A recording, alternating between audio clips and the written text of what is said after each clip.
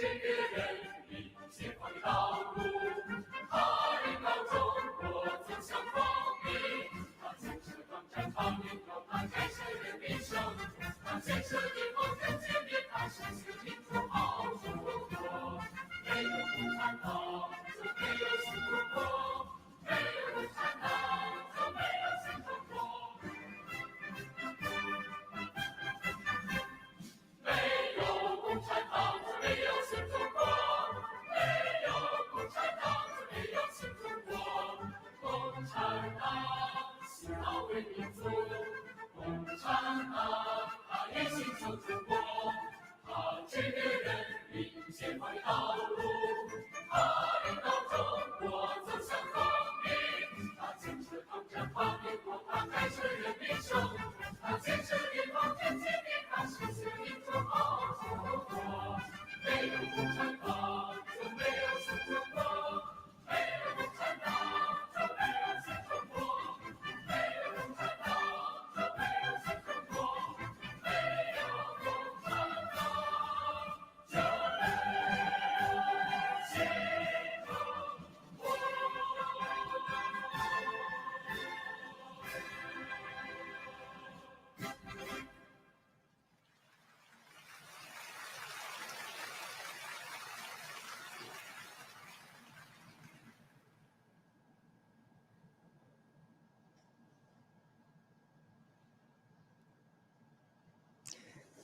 Today is September 3rd.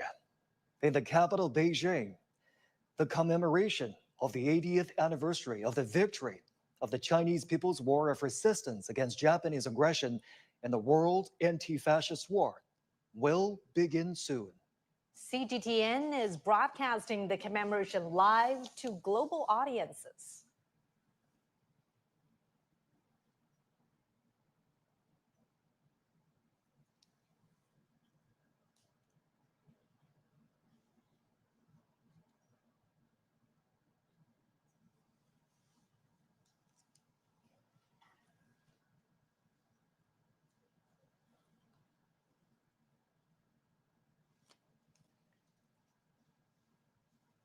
We're now watching live pictures from the Tiananmen Square. The commemoration is going to begin in just a moment.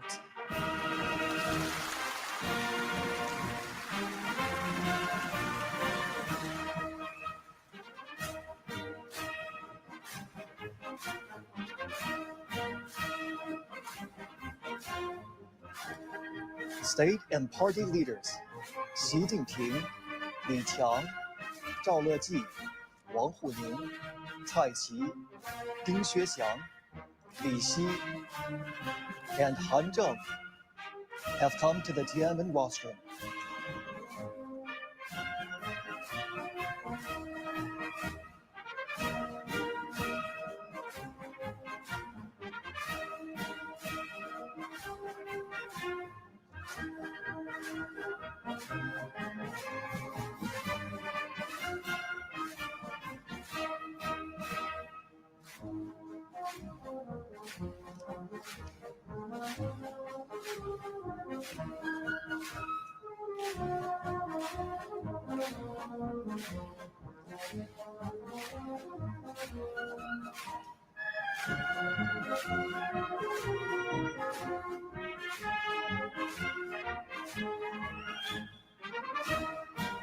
Dozens of foreign politicians and dignitaries attend the ceremony at the invitation.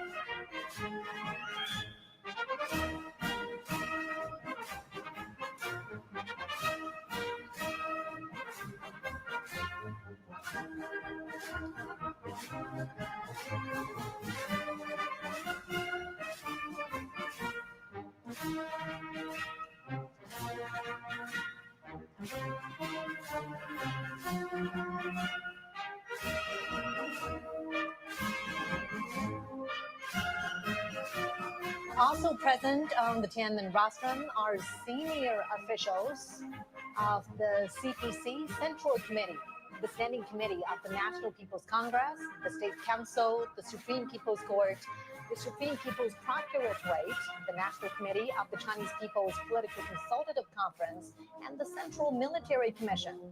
Retired leaders of the party and the state, some veteran soldiers who participated in the War of Resistance, representatives of Kuomintang veteran soldiers who had fought the Japanese aggression, family members of the Kuomintang high-ranking officers who had died in the War of Resistance, representatives of those who received awards for their service, and representatives of Hong Kong, Macau, and Taiwan compatriots, as well as overseas Chinese, are also present on the Tiananmen rostrum.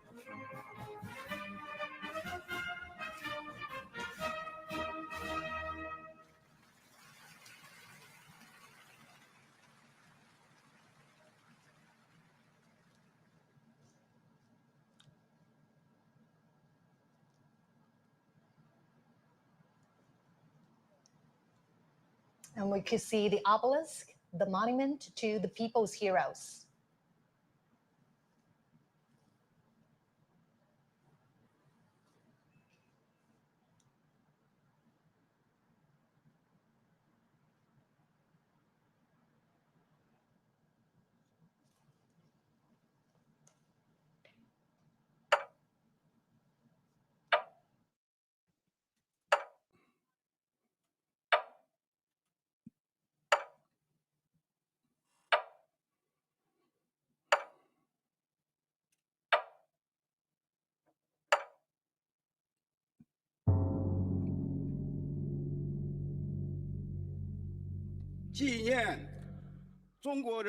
The commemoration of the 80th anniversary of the victory of the Chinese People's War of Resistance against Japanese aggression and the World Anti-Fascist War now begins.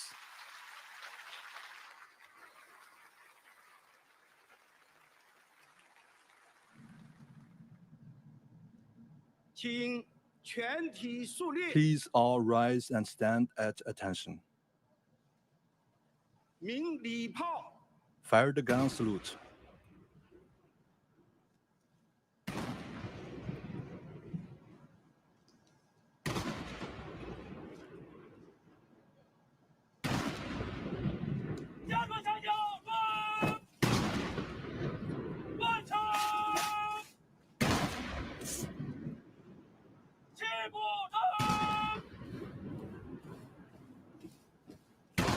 An 80-gun salute is fired to mark the 80 years since the victory of the War of Resistance.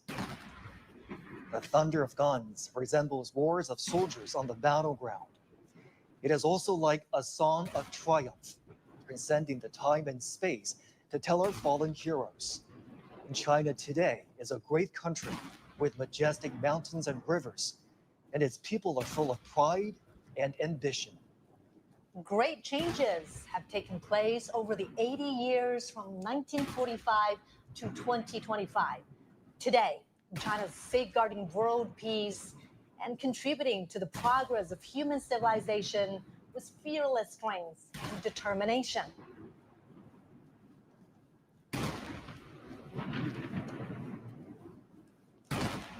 The Great Wall symbolizes the unyielding spirit of the Chinese nation. This great nation never bows to any enemy or any force. Those who dare to invade us are doomed to crash into the Iron Great Wall with bloodshed.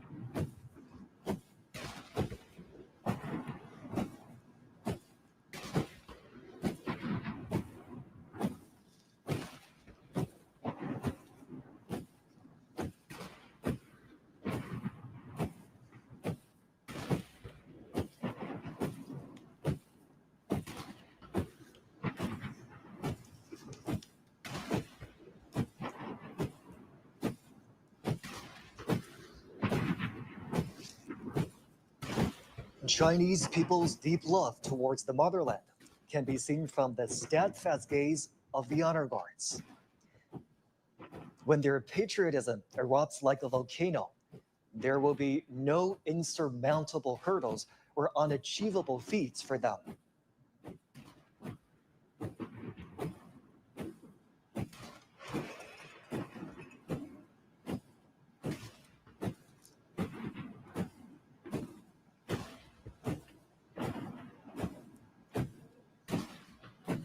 The wheel of history never stops. Under the strong leadership of the Communist Party of China, the Chinese nation, with a firm grip on its own destiny, is marching forward staunchly and proudly.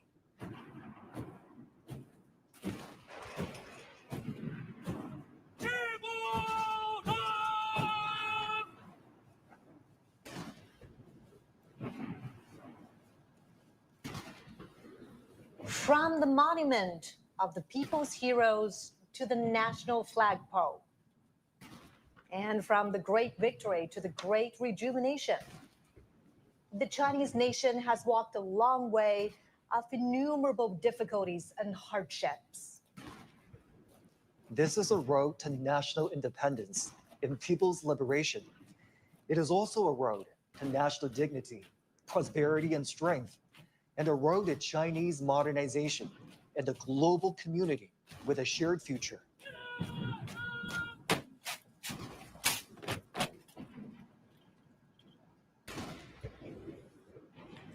The national anthem, March of the Volunteers, which was born during wartime, will soon be played. It was written in 1935 in the early years of the war against Japanese aggression.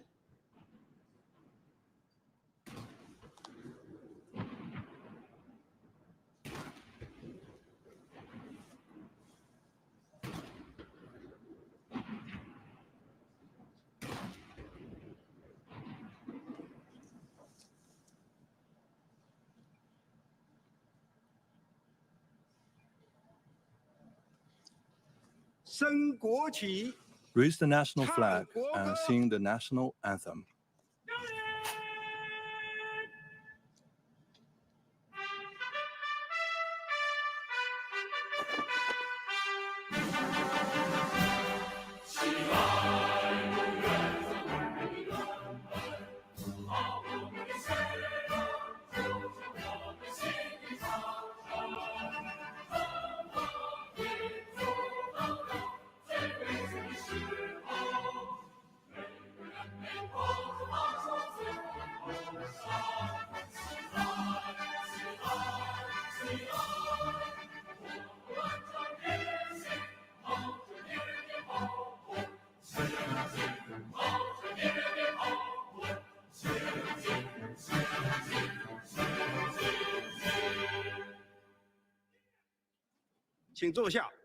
Please be seated.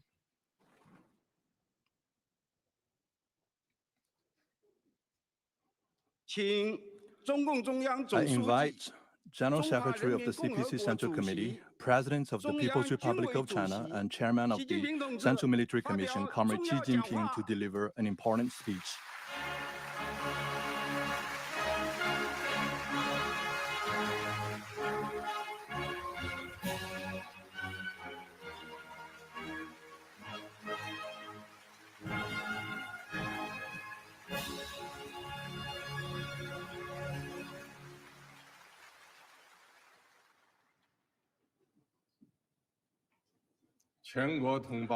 All my fellow Chinese across the nation, Your Excellencies, heads of state and government, and representatives of international organizations, distinguished guests, all officers and soldiers participating in the parade, comrades and friends.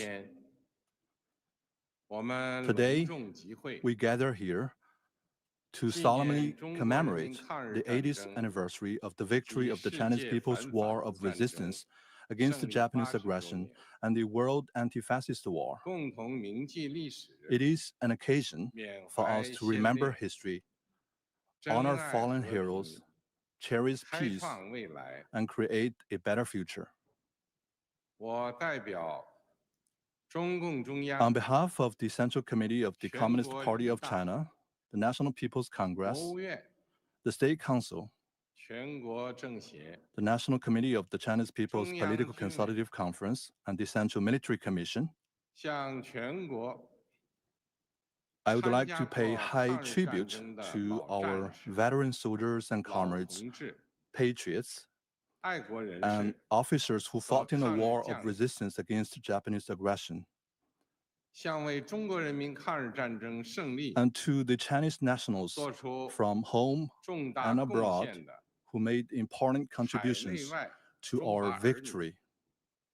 致以崇高敬意，向支 I 援 would also like to 和 express 帮助过 my sincere 中 thanks 国人民 to 抵抗侵略的外国政 foreign 府 governments 和国 and 际友人， friends that supported and assisted the Chinese people in resisting aggression. 向参加今天大会的 I 各国 also 来 extend 宾 a warm welcome 表 to 示 our guests 热烈 from 欢 around the 迎 world who are with us today.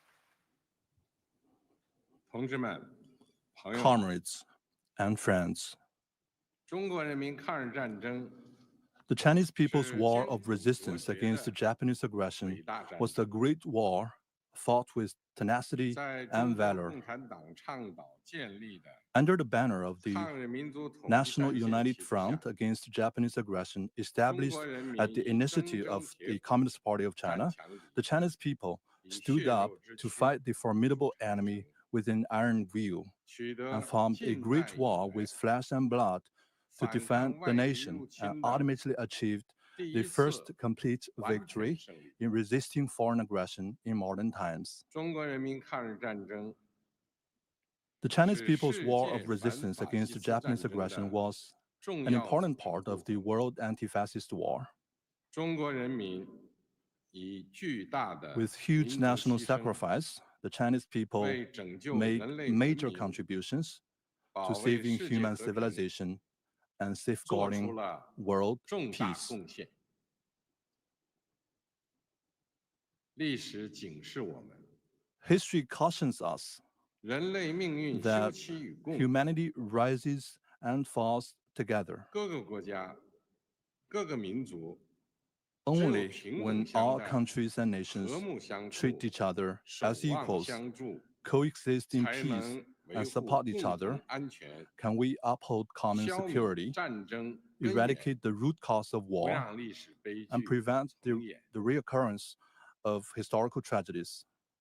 同志们、朋友们， Comrades and friends, 中华民族是不畏强暴 the，Chinese nation is the 自 great 立自 nation 强 that 的 is 伟大 never 民族。 intimidated by any bullies 当年 and always values 面对 independence 正 and 义与 forges 邪 ahead. 恶、光明 In the 与 past, 黑 when 暗、 faced with critical struggles 进 between 步与 good and 反动 evil, 的 light and 生死 darkness, 较量， progress and reaction, the Chinese 中 people 国人民同 rallied 仇敌忾， together to defy 奋 the 起反 enemy. 抗，为国家生存而战， They fought for the 为 survival 民 of the 族复 country, 兴而战， for the rejuvenation 为 of the 人 Chinese 类正 nation, 义而 and 战。 for justice of the whole humanity.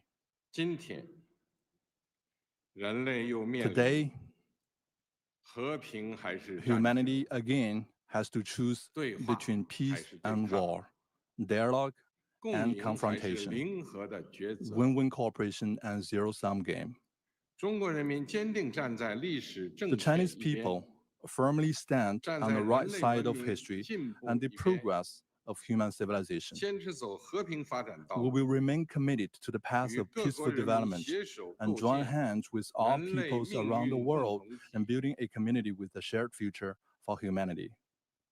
中国人民解放军 The Chinese People's 始 Liberation 终是 Army has been 党和人 and 民 will always be 完全可以 the 信 heroic 赖的 armed 英 forces that 雄 the 部队。 party and the people can fully 全 trust 军 and 将 rely 士 on. 要忠实履行神圣 All 职 service 责， members should 加快 faithfully 建 perform 设 their 世界 sacred 一 duties, 流军队， speed up the building of a 坚决 world-class 维护 military, 国家主 and 权、 firmly safeguard 统一、 China's sovereignty, 领土完整， unity, and territorial integrity. 为实现中华民族伟大 All 复兴 service members should 提 provide 供战略支 strategic 撑， support for the great 为 rejuvenation of the 世界 Chinese 和 nation 平与发 and make 展 greater 做 contributions 出 to the 更大 peace 贡 and 献。 development of the world.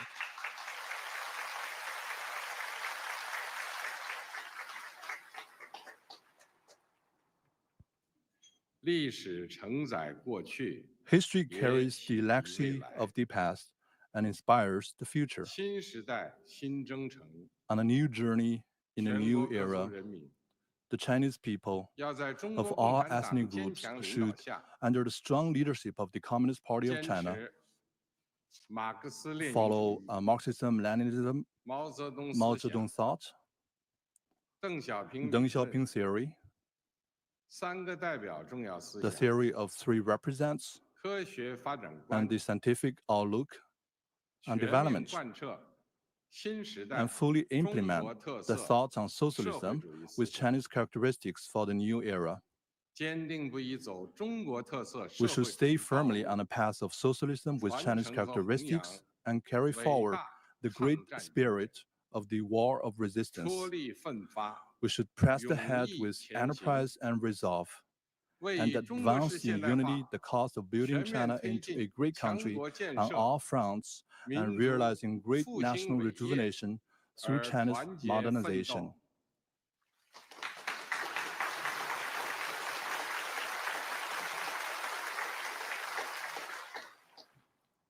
中华民族伟大复兴势 The 不可 great 挡， rejuvenation of the Chinese 人类 nation 和 is 平与发展的 irresistible. 崇高 The 事 noble 业 cause of peace 必 and 将胜 development 利。 of humanity will prevail.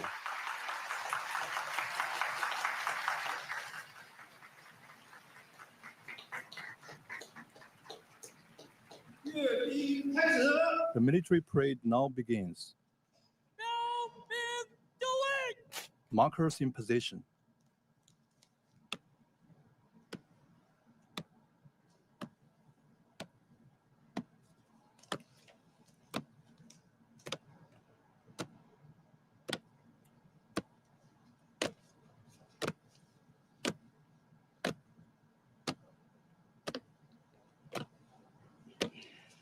The parade guards mark positions and boundaries at the parade ground.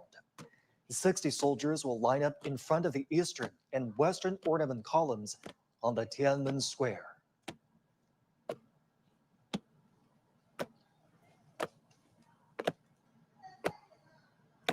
Marching with steadfast footsteps and imposing bearing, the ironclad troops showcase their unshakable faith, strong conviction, strict discipline, and firm commitment to their duties.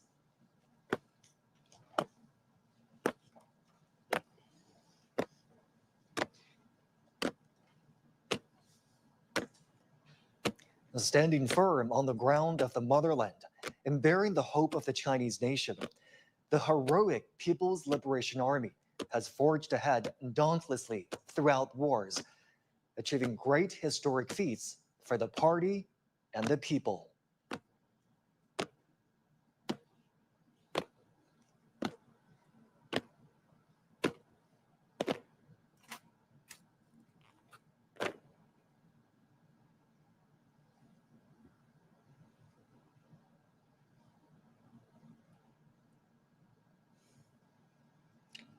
At this solemn moment today, the People's Armed Forces are ready for the inspection of General Secretary of the Communist Party of China's Central Committee, Chinese President, and Chairman of the Central Military Commission, Xi Jinping. They are also ready to be reviewed by the party and the people.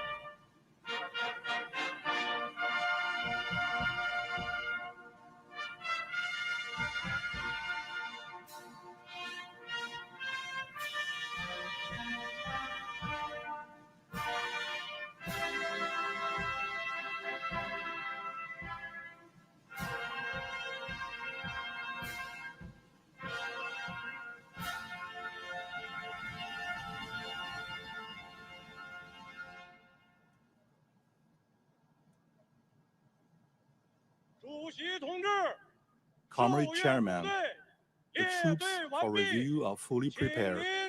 Please proceed with the inspection. Chief Commander of the Parade, Han Zhengxuan. Let's begin.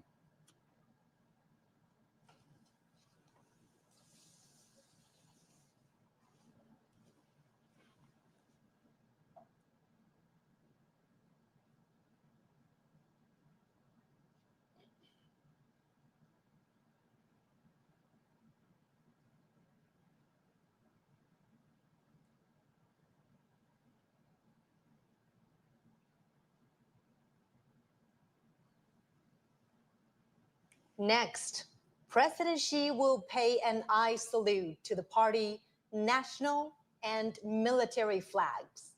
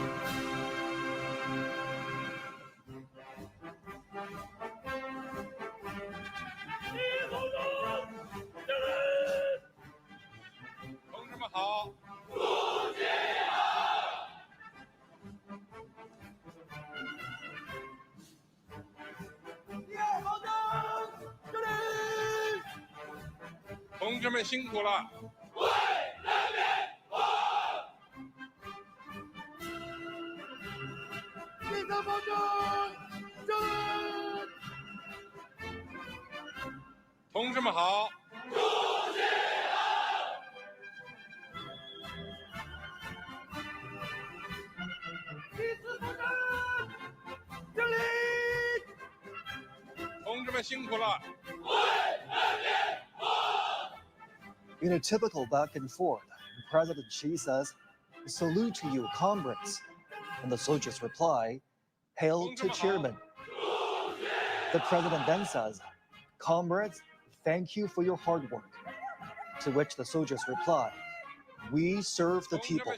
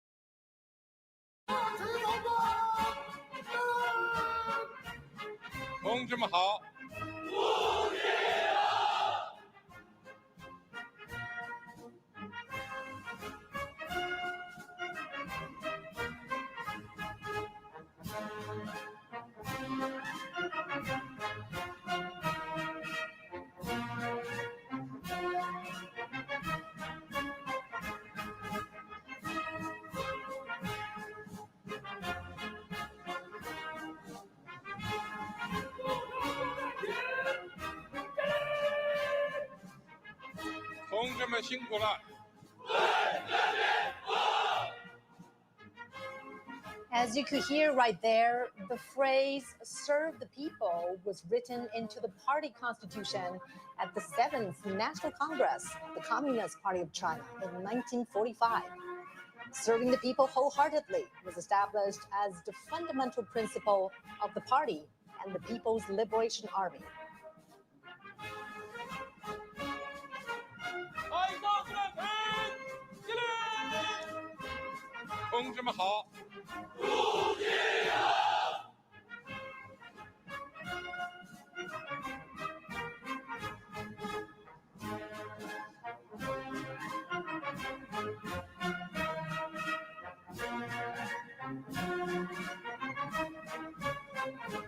As President Xi's car rides past each segment of the troops, he greets the soldiers.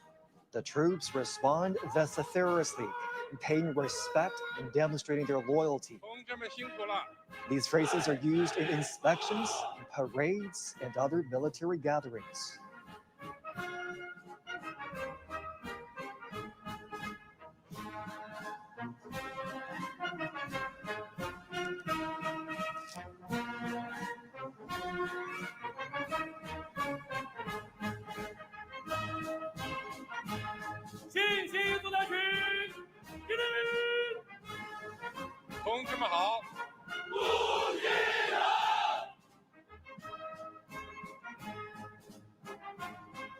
The PLA views itself not only as the defender of national sovereignty, but as an integral part of society with a direct responsibility to safeguard people's well-being. In peacetime, the Chinese military participates in missions that serve the people's interests, such as disaster relief. And all this has earned them the title, the most beloved people in China.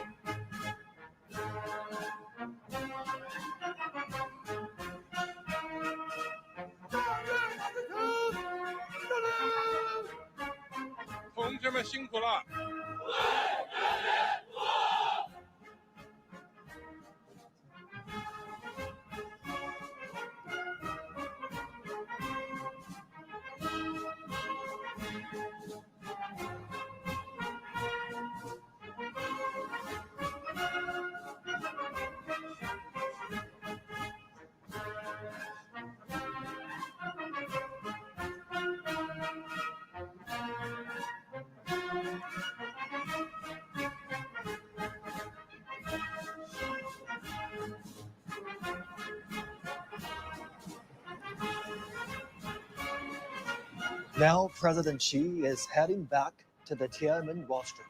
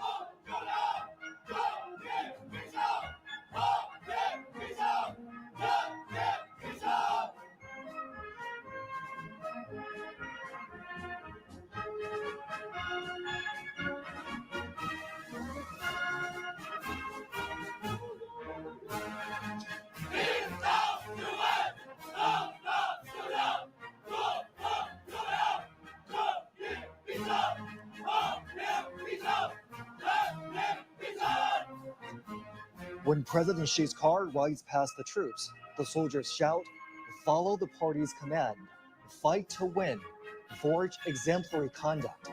Justice will prevail, peace will prevail, the people will prevail."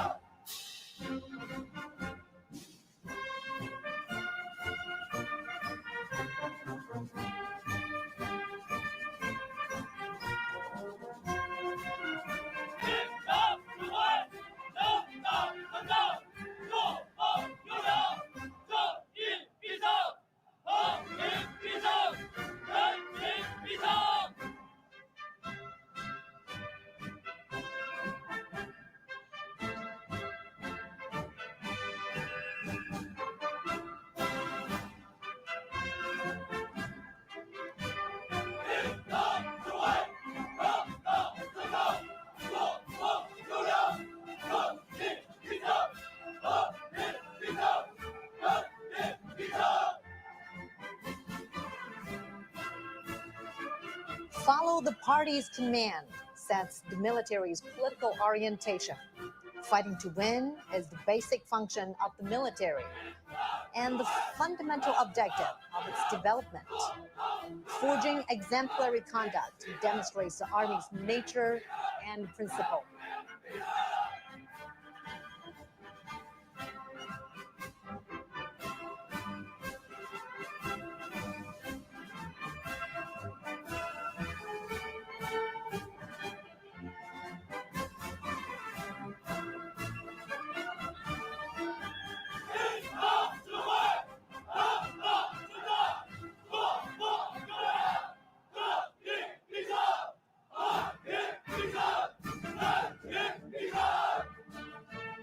Justice will prevail, peace will prevail, the people will prevail.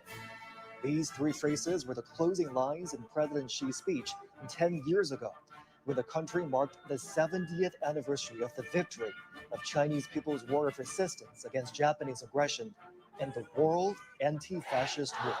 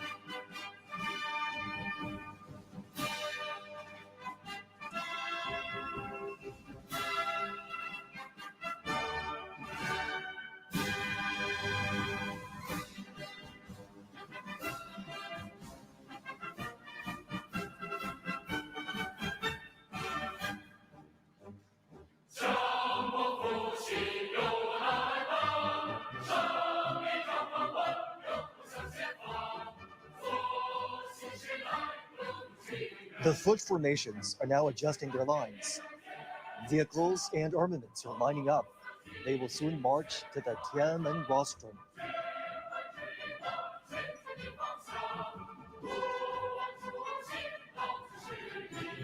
The People's Liberation Army is known as the PLA. in 1927, its frontrunners were founded by the Communist Party of China. It was originally called the Chinese Workers and Peasants Red Army. This year marks the 98th anniversary of the founding of the PLA.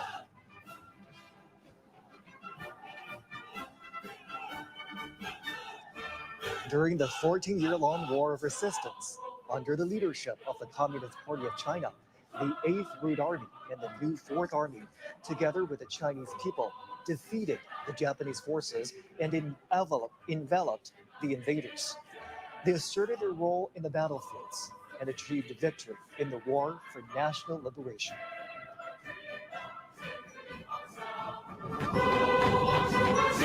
Since the founding of the People's Republic of China in 1949, the PLA has also undertaken the tasks of national defense and socialist construction, while transforming itself into a more revolutionary and modernized military.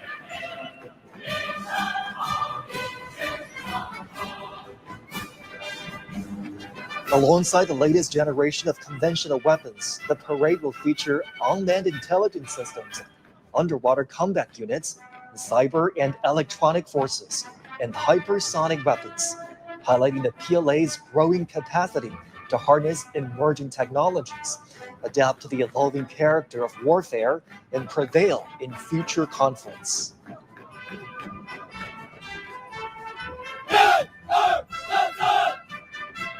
Just as China's weaponry has seen remarkable evolution over the years, the Chinese military has also continuously strengthened itself by reinforcing the primacy of political guidance and advancing comprehensive reforms.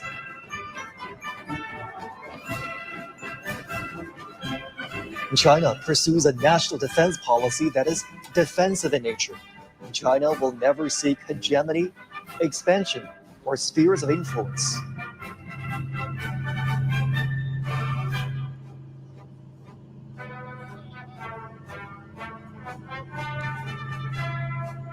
Today, the PLA protects China and its people while making significant contributions to safeguarding world peace. It is the largest contributing country for peacekeepers among the permanent members of the UN Security Council. China has formulated a three-step development strategy for modernizing national defense and the armed forces to achieve the centenarian goals of strengthening the PLA by 2027, realize the modernization of national defense and the armed forces by 2035, and fully build the military into a world-class one by 2050.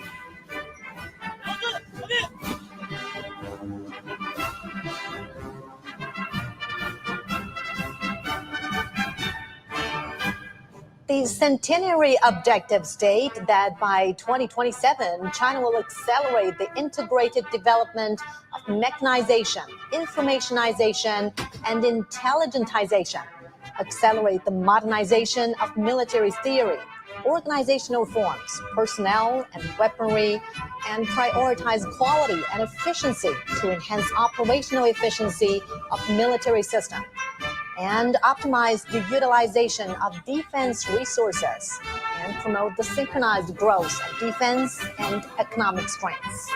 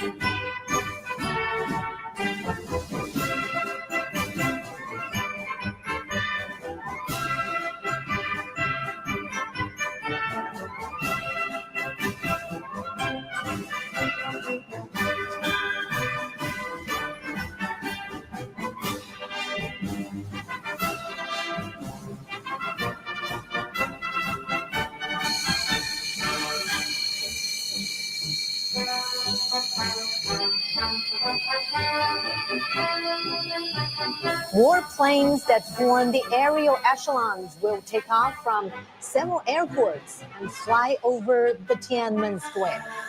A total of 45 formations and echelons are involved in the Grand Parade. During the parade march past airborne flag-guarding echelons, foot formations, battle flag formations, armament columns, and aerial echelons will pass through or fly past Tiananmen Square in order.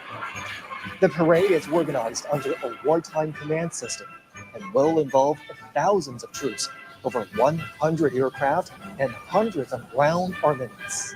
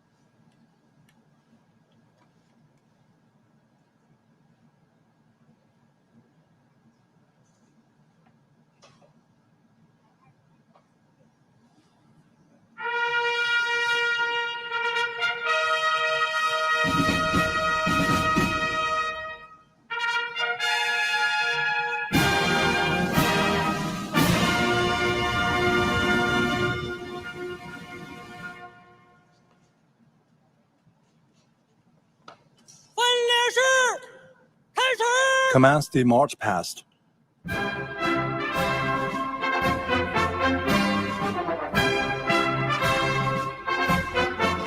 Flag guides the direction. Flag pulls strength. The march past begins with the airborne flag guard echelon. Accompanied by impassioned military music, the flag of the CPC, the national flag of the People's Republic of China, and the flag of the People's Liberation Army are fluttering high in the air. 26 helicopters form huge numerical shapes of 8 and 0. 3 helicopters are bearing the banners that read, "Justice will prevail, peace will prevail, the people will prevail." These messages are a great truce inspired by history, a solemn proclamation of the right course, and a clarion call in an era of peace and development. The Chinese nation always cherishes peace and takes side with historical correctness, fairness, and justice. The people's military will always be an iron great wall in defending national sovereignty, security, and development interests, as well as a pillar of world peace.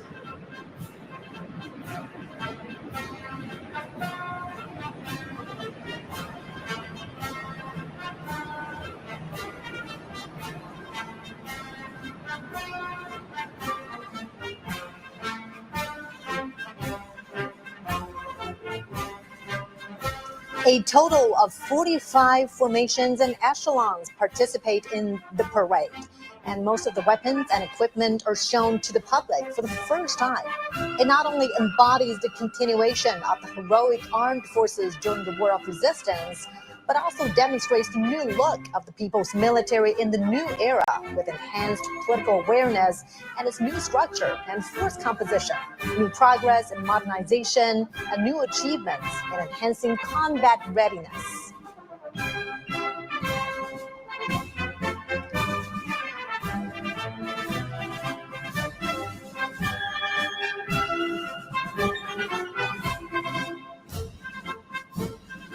First to be inspected are 13 foot formations.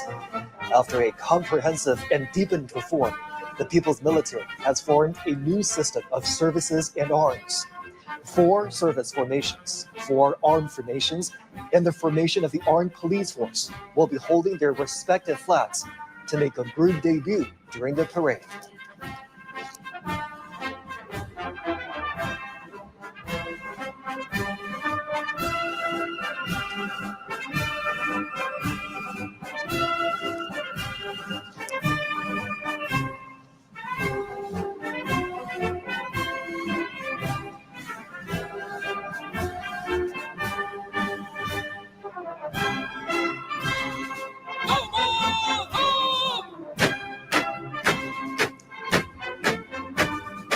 Holding high the party, national, and military flags, the formation of the Guard of Honor of the PLA is marching toward us. The People's Armed Forces, under the leadership of the CPC, are always the defenders of the country, socialism, and people's interests.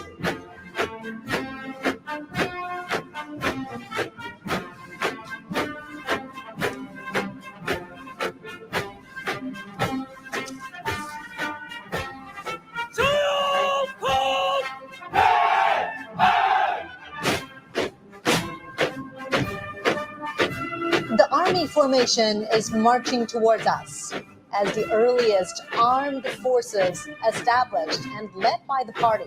The PLA Army fought the enemies fearlessly and achieved immortal feats through countless battles.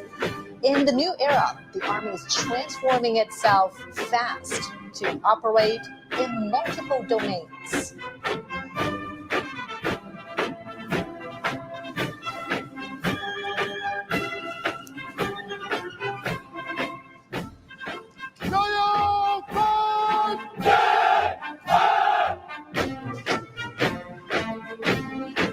Now coming is the Navy formation.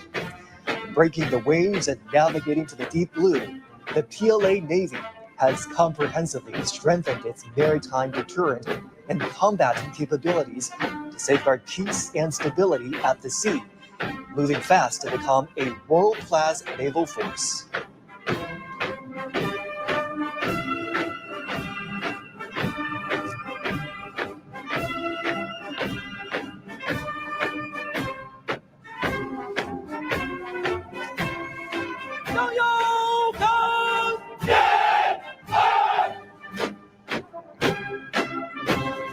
Coming up next is the Air Force formation. Building a strong Air Force has been the unremitting pursuit of the party and the people. Taking off in times of wars and sharpening its edge through battles, the PLA Air Force is making great strides towards integrating air and space capabilities and coordinating offensive and defensive operations.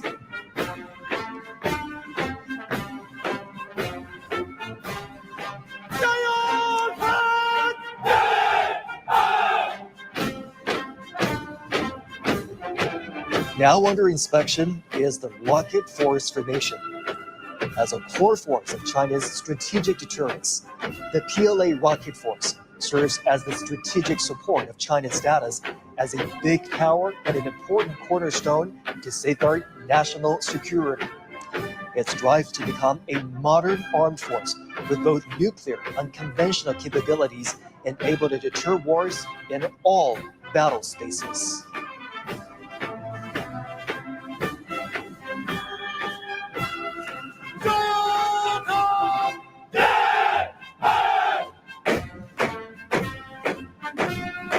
The Aerospace Force formation is making their debut in the parade. As a new domain, new quality force advocating peaceful utilization of space, PLA Aerospace Force safeguards the lasting peace and common security of space and offers strategic support for being a great power in aerospace.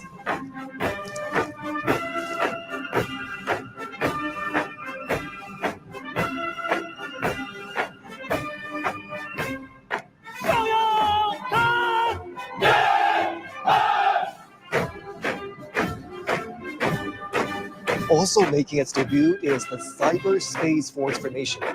China advocates building a peaceful, secure, open, cooperative, and orderly cyberspace. Through building a cyber Great Wall, China decisively safeguards its network security and sovereignty in the digital battlefield.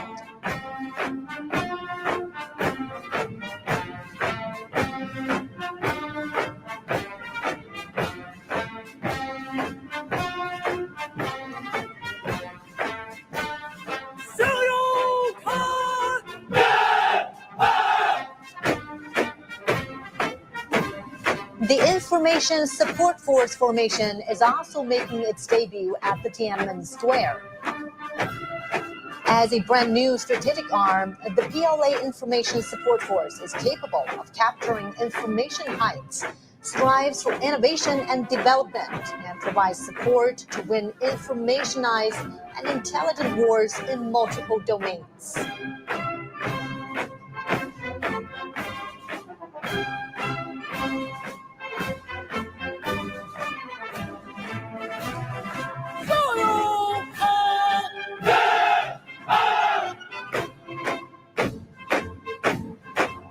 Now receiving inspection is the Joint Logistics Support Force formation. From self-reliance during the War of Resistance all the way to becoming part of the synchronized operational systems and providing effective and precise assistance in the new era, the PLA Joint Logistics Support System has made new strides.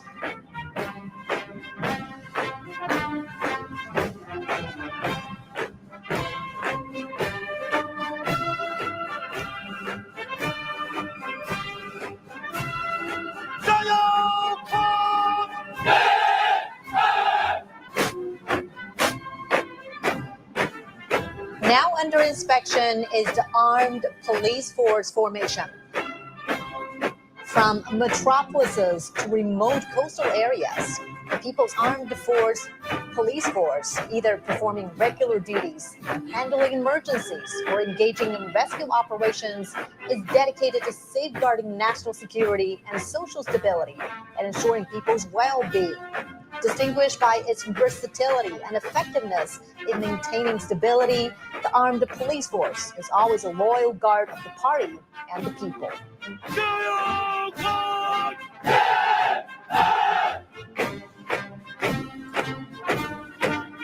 Next comes the Reserve Force formation.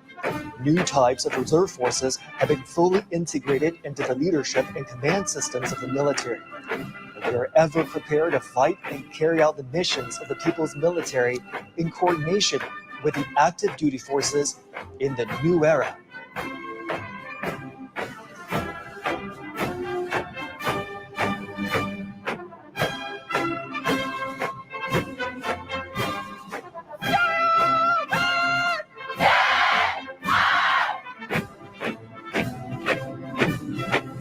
The army and the people are the foundation of victory.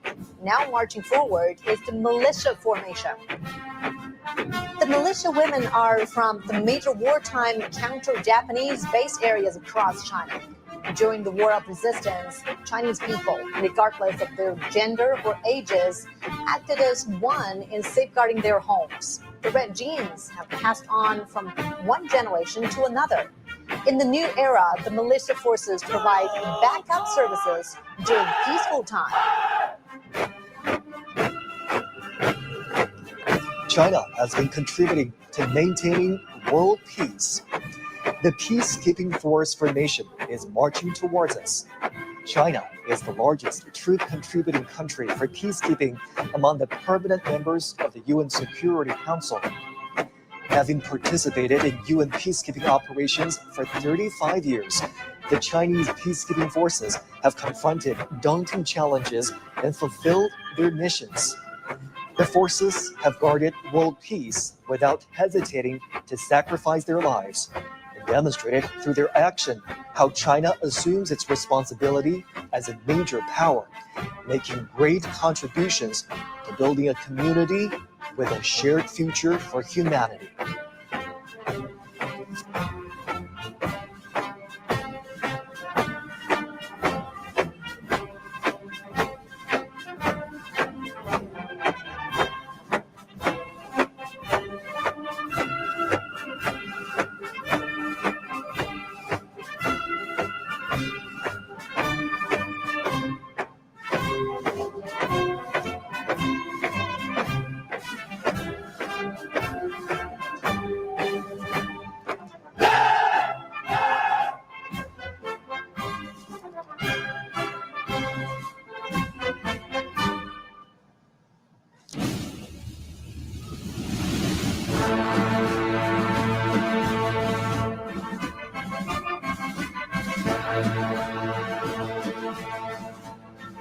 With majestic bearing, the 7 combat groups of the armament formations, led by the banner formation, are ready to be revealed.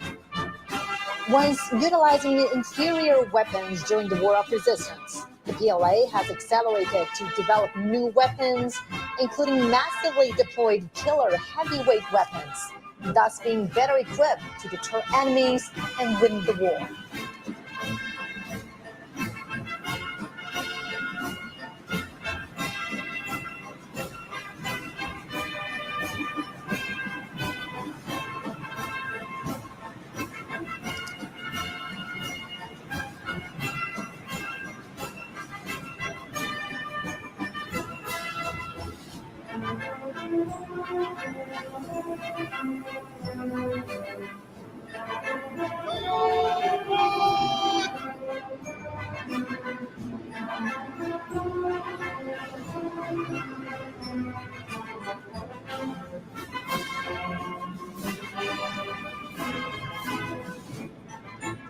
The banner formation showcases 80 honorary banners of the hero unit troops, bearing glory from the past.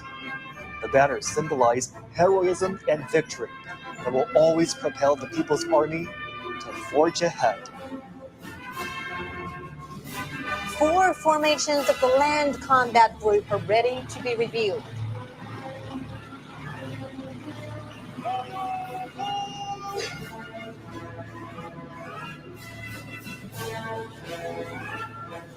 Marching towards us is the ground assault formation, grouped in an arrow-shaped array. The Type 99B tank features strong striking abilities and powered with information. The Type 100 tank and Type 100 fighting vehicle are highly intelligent and capable of coordinated combat. The new generation armored of the PLA Army's ground assault forces demonstrate the strong ability of capturing strongholds with mobility and piercing fortification.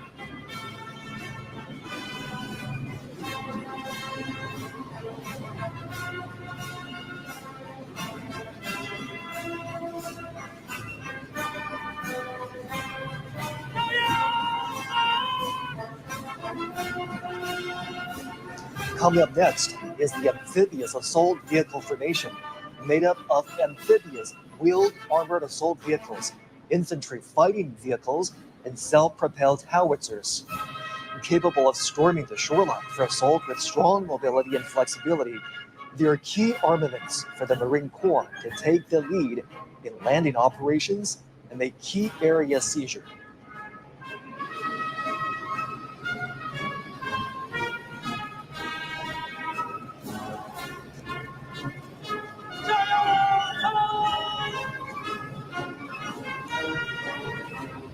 Marching towards us is the imposing airborne assault formation. Diverse airborne armaments in the formation are able to make long-distance airdrop and provide heavy-equipped maneuvering support. They are sharp weapons for the Army to make rapid response and deep strike.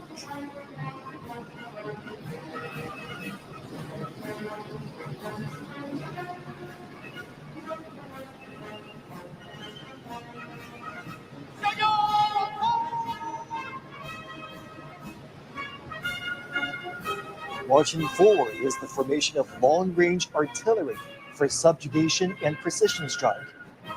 The two types of 191 box-shaped rocket artilleries are capable of making strike and providing support, expanding the Army's capability in terrestrial battle.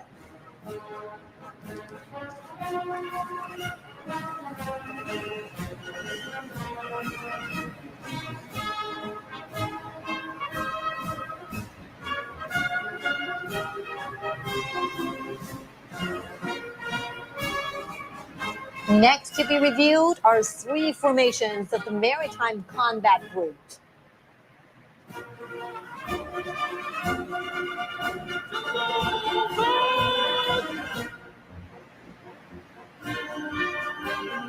First comes the carrier-based air defense weapon formation. Being reviewed are 4 types of armaments that compose a 3-dimensional system for air defense covering all ranges. The carrier-based laser weapons are strongly capable of precision destruction and consistent strike, defining the new landscape in maritime attack and defense.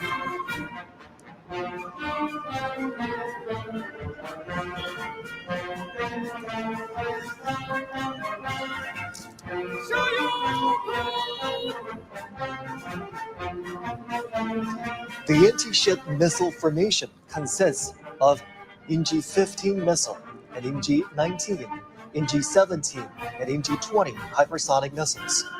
The missiles can be deployed on multiple platforms, such as carrier-based aircraft, surface vessels, and submarines. Featuring long-range strike, fast speed, and strong destruction, they're sharp weapons for striking enemies on the sea.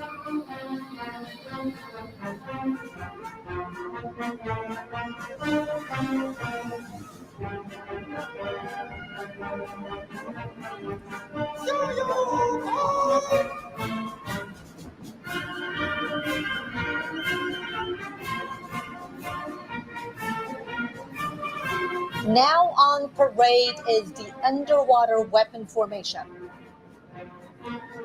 Light and heavy torpedoes, as well as torpedoes propelled by rockets, are able to strike vessels and destruct undersea targets. The new special purpose naval mines can autonomously identify and attack targets. They are key forces for guarding strongholds and making raids in naval warfare.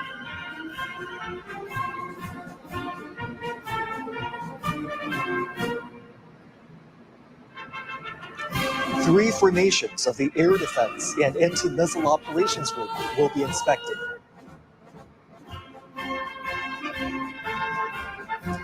Here comes the Early Warning Detection Formation. The 4 types of weapons that are being inspected are all new generations of domestically made, highly mobile radar.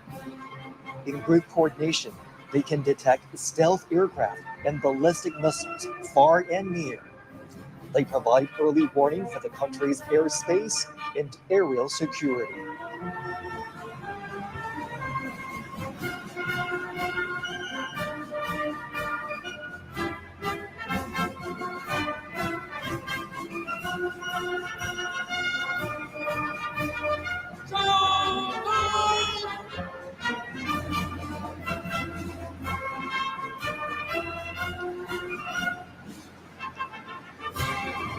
Under review now is the anti-aircraft combat formation. It's a heroic unit which has accomplished glorious wartime feats. 6 types of ground-to-air missiles, including Hongqi-20, Hongqi-19, and Hongqi-29, are now being made public at Tiananmen. They can carry out multi-range and multi-layered anti-ballistic defense capable of fighting against all range threats from the air.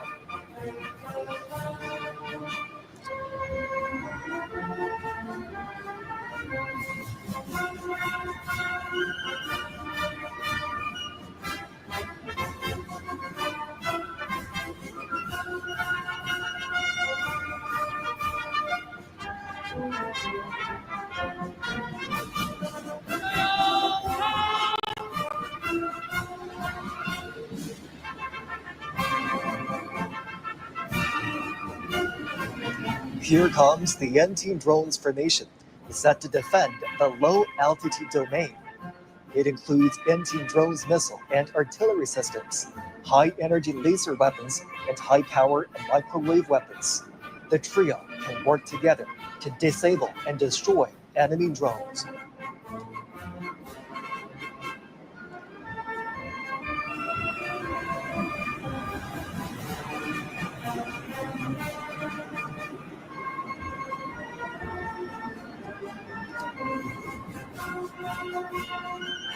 Next to be reviewed is the Information Warfare Group, which consists of 3 formations.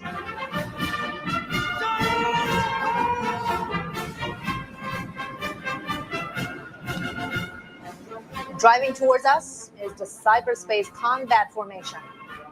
The 4 types of equipment being inspected can command and control, detect and sense, and carry out cyber and electronic countermeasures in an integrated way. It is a new force that consolidates cyber defense and empowers joint force operations.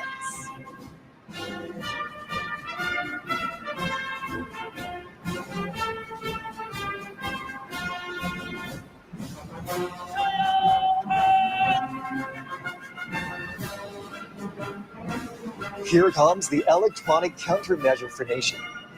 5 types of their key equipment are displayed. They can detect and monitor all frequencies and subdue the enemy forces precisely. They are capable of aerial and space countermeasures and disconnecting the enemy networks. They are a crucial force in securing victory on joint multi-domain battlefields.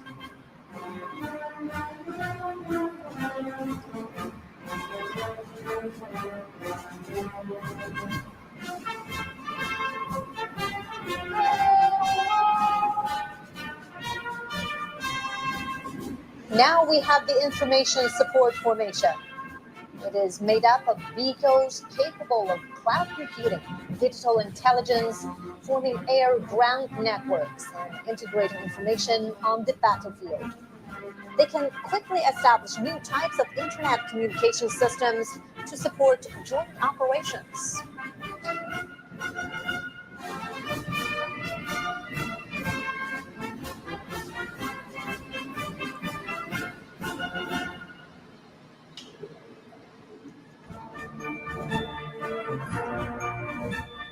Next to be inspected is the unmanned combat group, consisting of 3 formations.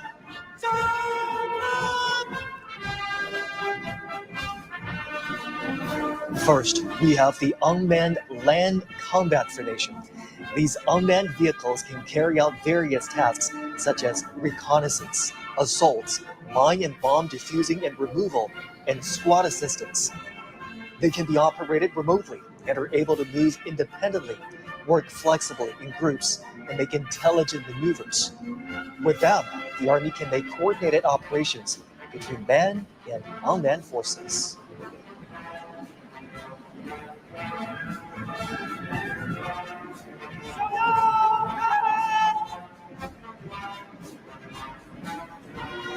Now approaching is the Unmanned Maritime Combat Formation. Being reviewed now are new types of unmanned underwater vehicles and unmanned surface vehicles, as well as underwater mine deployment systems, which are capable of hidden deployment and blockade, independent target identification, and group-based attacks. They are extraordinary weaponry to win maritime combat.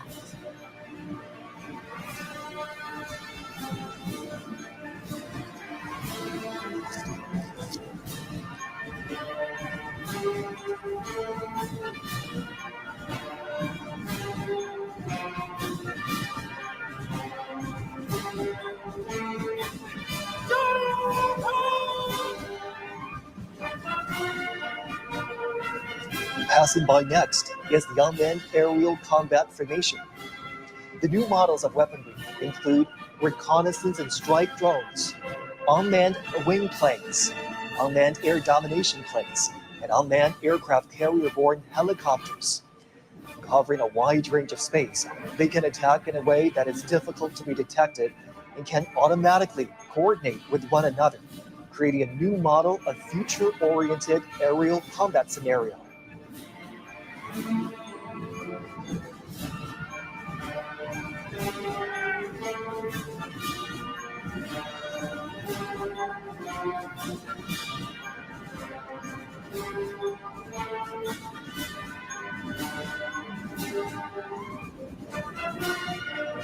The two formations of the Logistics and Equipment Support Group are to be revealed.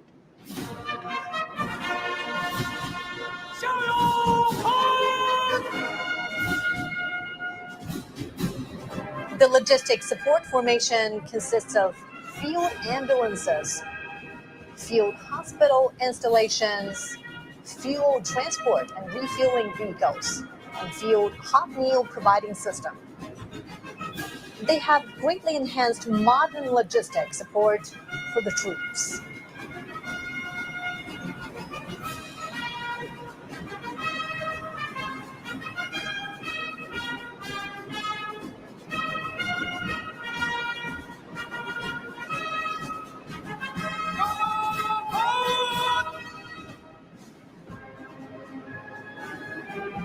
Among the equipment support formation are light repair vehicles, wheeled emergency rescue and repair vehicles, disassemble and assemble repair vehicles, and electromechanical maintenance vehicles.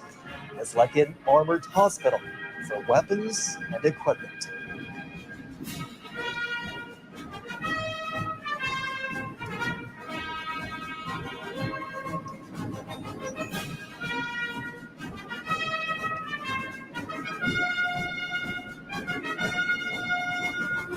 Next to be inspected is the Strategic Strike Group, consisting of 4 formations.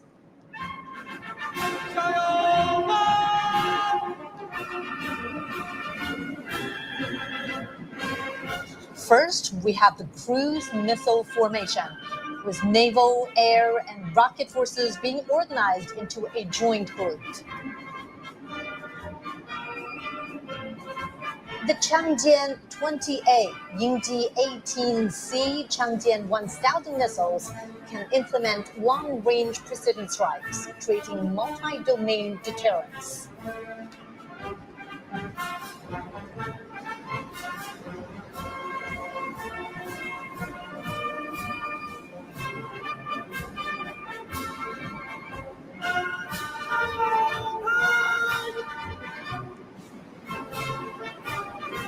Speed is key to victory. And now we have the hypersonic missile formation. The new types of missiles, Yingji 21, Dongfeng 17, and Dongfeng 26D, can fly at an extremely high speed, excel at breaking through blockage, and hit targets with high precision. They're vital to victory during all-weather combat.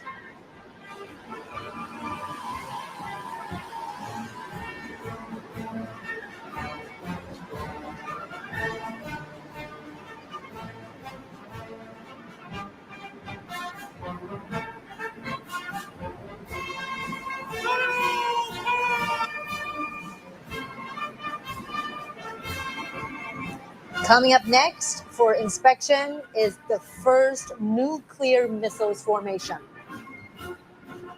The heavyweight weapons in the group include Jinlei-1 air-based long-range missile, Julang-3 submarine-based intercontinental missile, Dongfeng 61 land-based intercontinental missile, and the new land-based intercontinental missile of Dongfeng 31. It's the first time the tank showcases its nuclear force in land, sea, and air together. They are mighty strategic deterrents to safeguard national sovereignty and dignity.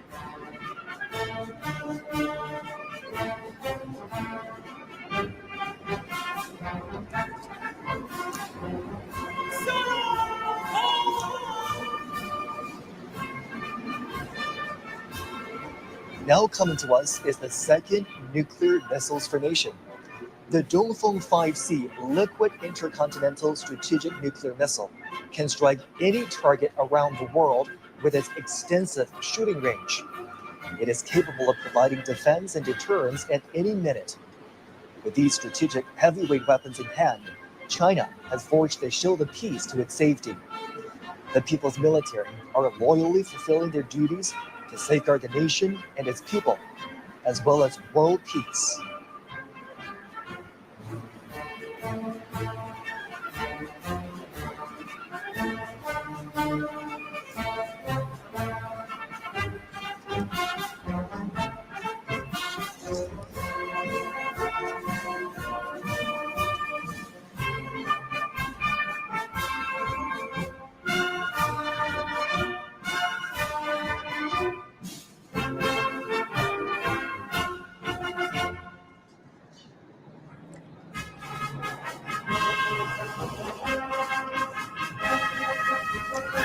Air echelons will soon arrive for inspection.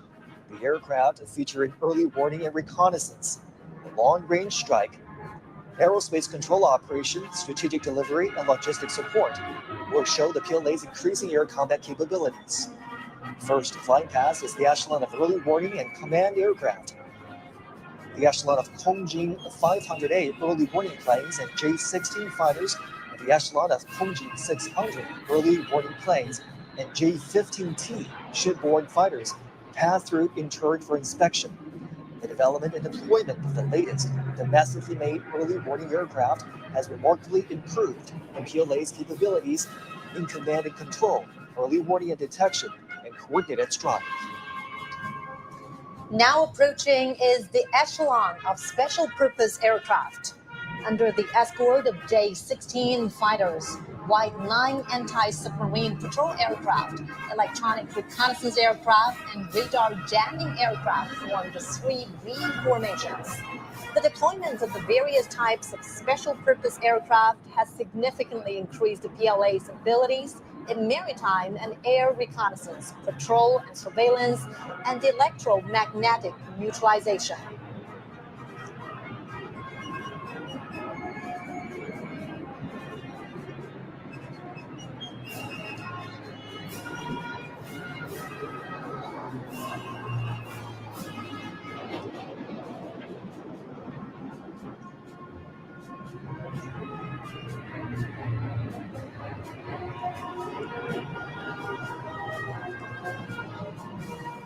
Closely following is the echelon of transport aircraft. Y-20A transport planes and Y-20B transport planes make up 2 V formations and are flying in a combat mode. New type multifunctional transport aircraft equipped with new domestically made engines feature long flight range, high loading capacity, and high speed.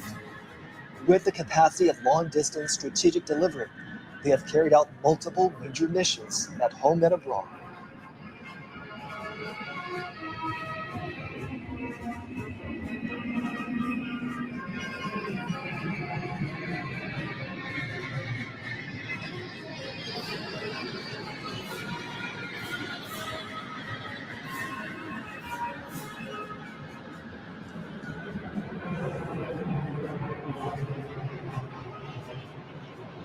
Now flying over is the echelon of bombers, composed of 3 V formations that consist of H-6N strategic bombers, H-6K bombers, and H-6J bombers. As a major force in long-range strike, the aircraft are capable of long-distance raid, patrol in a large area, and attacks outside its defense zone.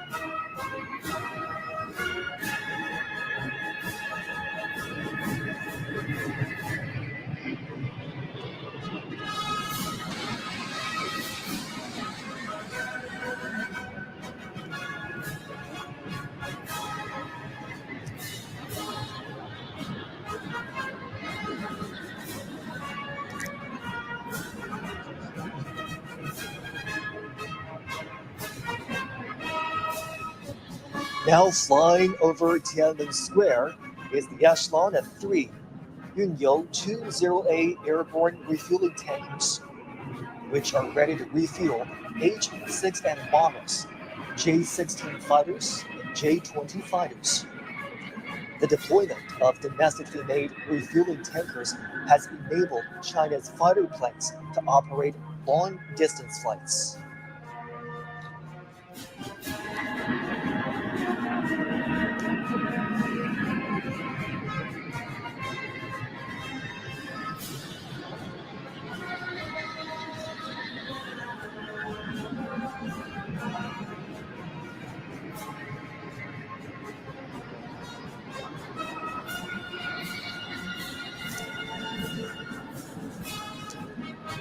Now approaching are 2 V formations of fighter jets that include J-16D, J-20, J-35A, J-20S, and J-20A. With the fielding of multiple new type stealth fighters, the PLA is speeding up the fighter jets upgrades.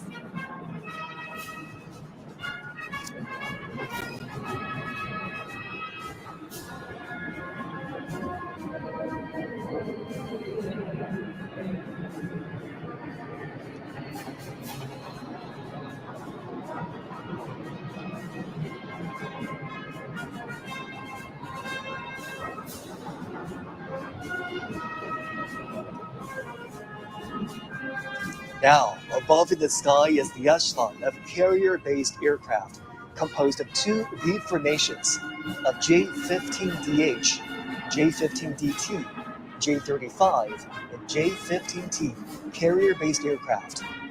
From ski jump takeoff to catapult takeoff, and from a single type to multiple models, China's carrier-based aircraft has undergone a leapfrog development.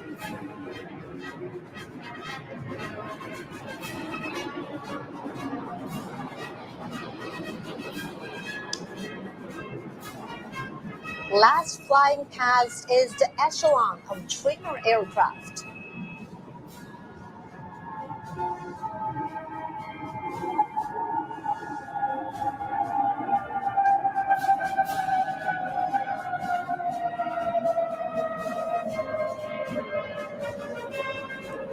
Seven J-10 aerobatics planes stage an aerial display of 14 colored smoke trails, symbolizing the 14 years of war of resistance against Japanese aggression and the bright prospects of over 1.4 billion Chinese people striving for national rejuvenation.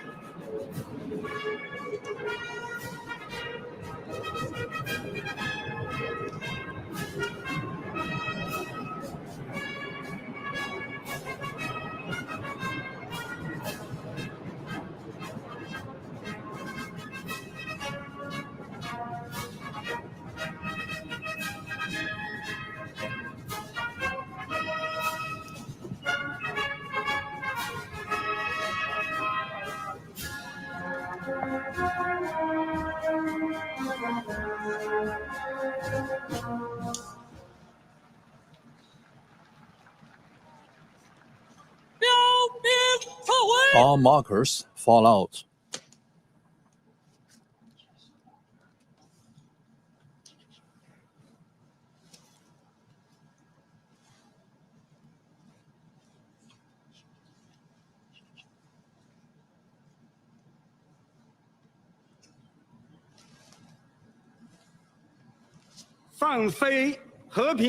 Release the peace staffs.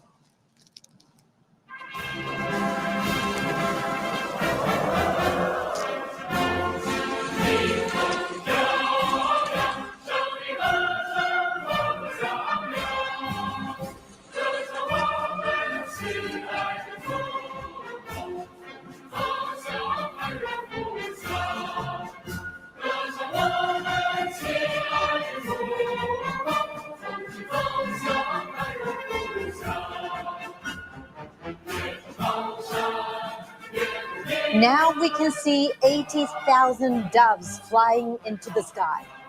Let's honor our heroes, uphold justice, and safeguard peace. This land and people will forever remember the fallen heroes whose spirits are immortal.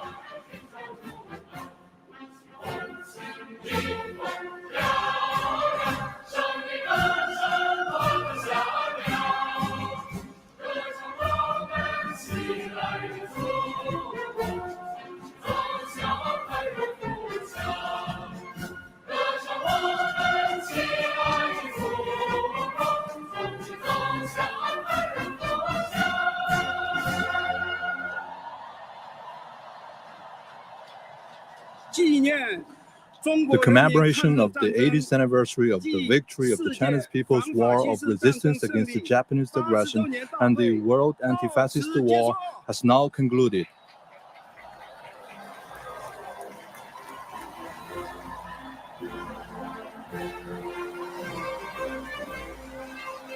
"80 years later, while the historical trends of peace, development, cooperation, mutual benefit remain unchanged, the Cold War mentality, hegemonism, and protectionism continue to harm the world. Peace deficit, development deficit, security deficit, governance deficit. Again, humankind has come to a crossroads of peace or war, dialogue or confrontation, win-win cooperation, or zero-sum games." History reminds us that the destinies of all mankind are intertwined.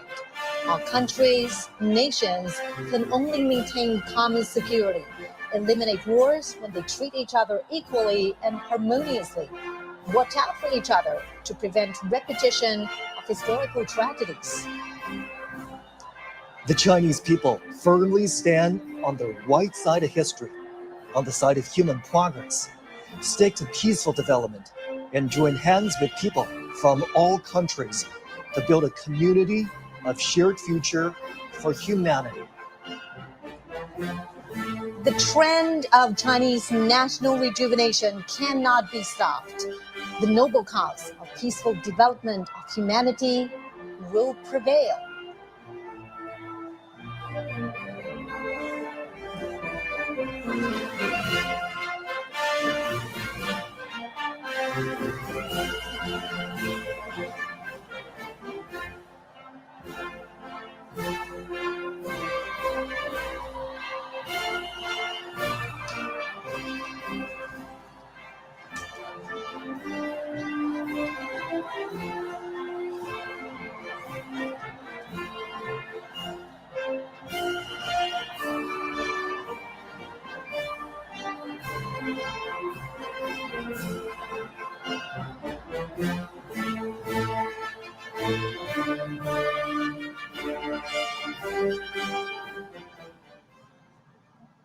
Well, what an impressive commemoration we have just watched there. Absolutely. Chinese President Xi Jinping made a keynote speech, and there was a grand military parade featuring marching soldiers, armored columns, and aerial units. The meticulous planning and precise execution of the military parade is nothing short of incredible. Soldiers marched at a precisely coordinated pace, showing the discipline and morale of the PLA. Also on display were traditional units as well as new domain forces with cutting-edge combat capabilities. All of this shows the Chinese military's new model of forces application, such as joint command, operations, and support. We've seen various types of military vehicles and armaments organized to reflect their functions in live combat. Many of them have been shown to the public for the first time. We also saw various types of aircraft flying over Tiananmen rostrum, showing the development of China's air combat capabilities. And now let's hear from our studio guests who've been with us throughout the morning.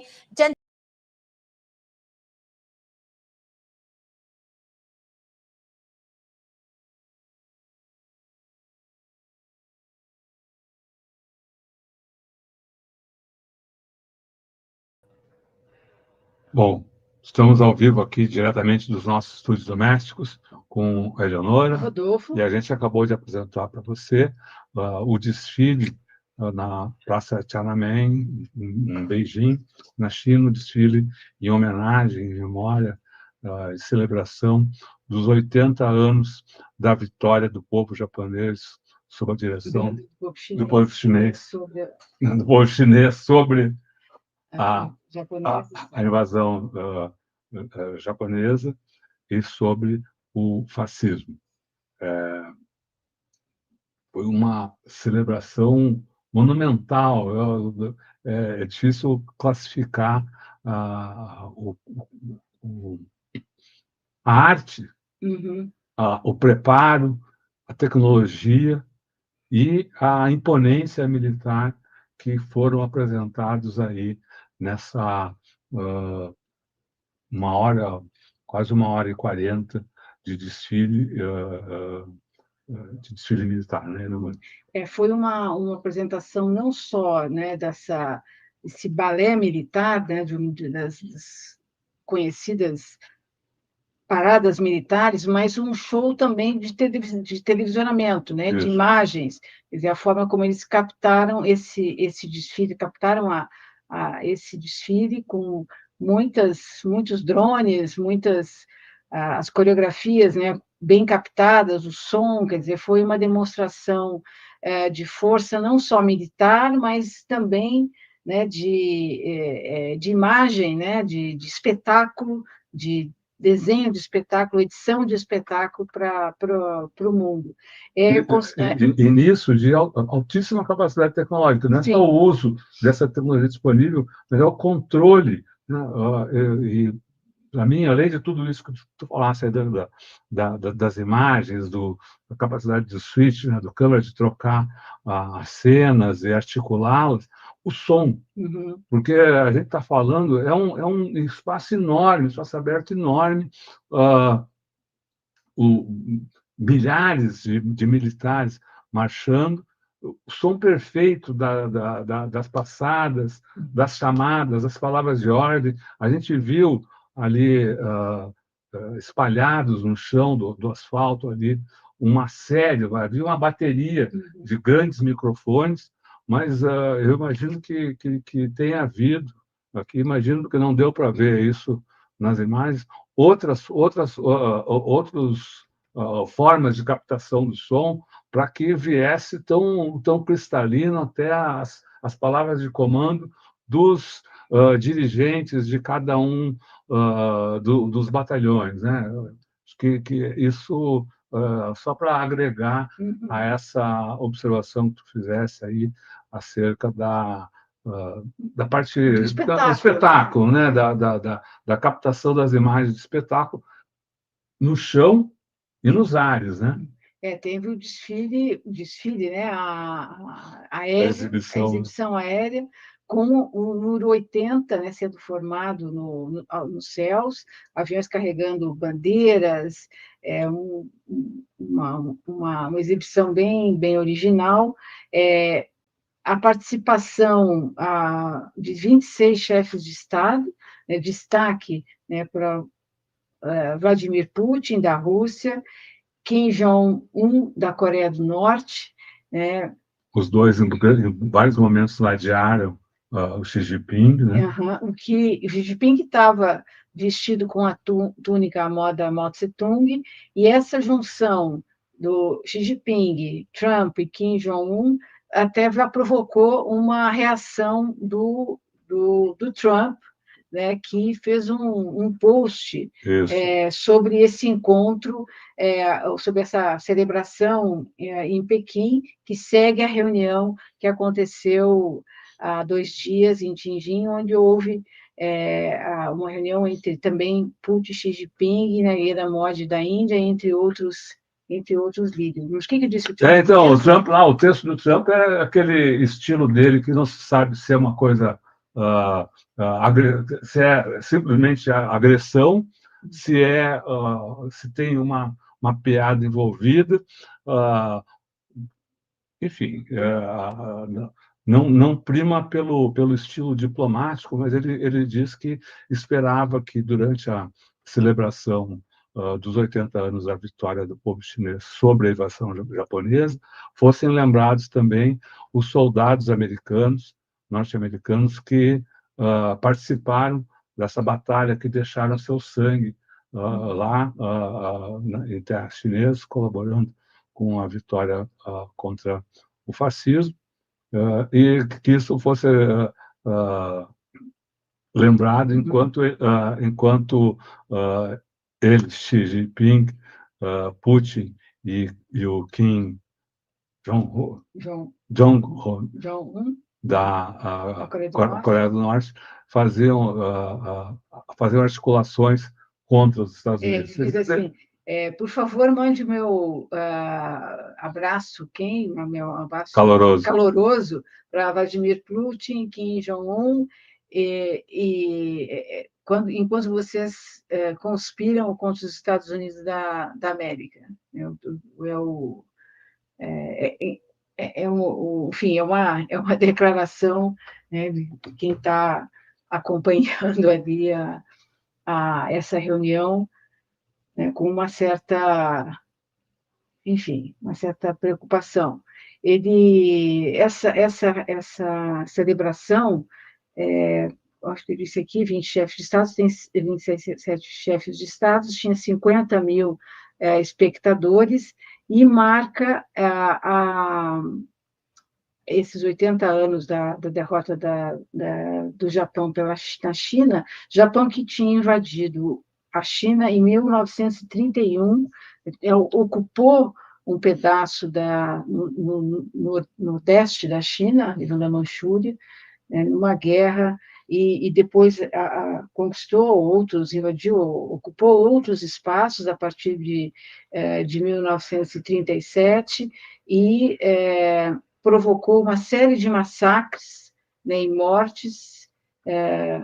Se estima que 35 milhões de chineses morreram nessa guerra a partir de 31, e uma guerra que foi capitaneada, uma guerra de libertação, de expulsão dos japoneses, e depois de libertação, né, a China havia passado por um período em que vários países colonialistas tinham retalhado o seu território, a China se unifica com a ação decisiva do Partido Comunista da China, fundado em 22, e em 1941, Mao Tse-tung propõe uma aliança internacional contra o fascismo.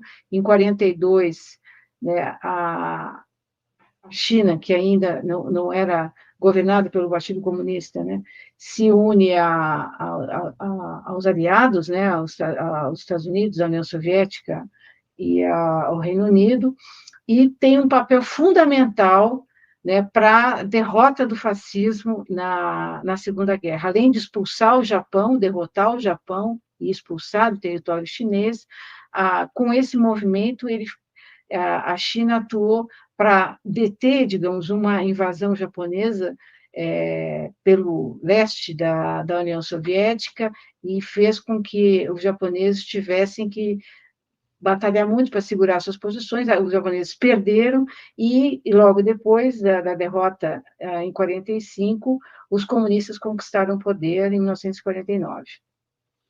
Breve cronologia. E agora festejam.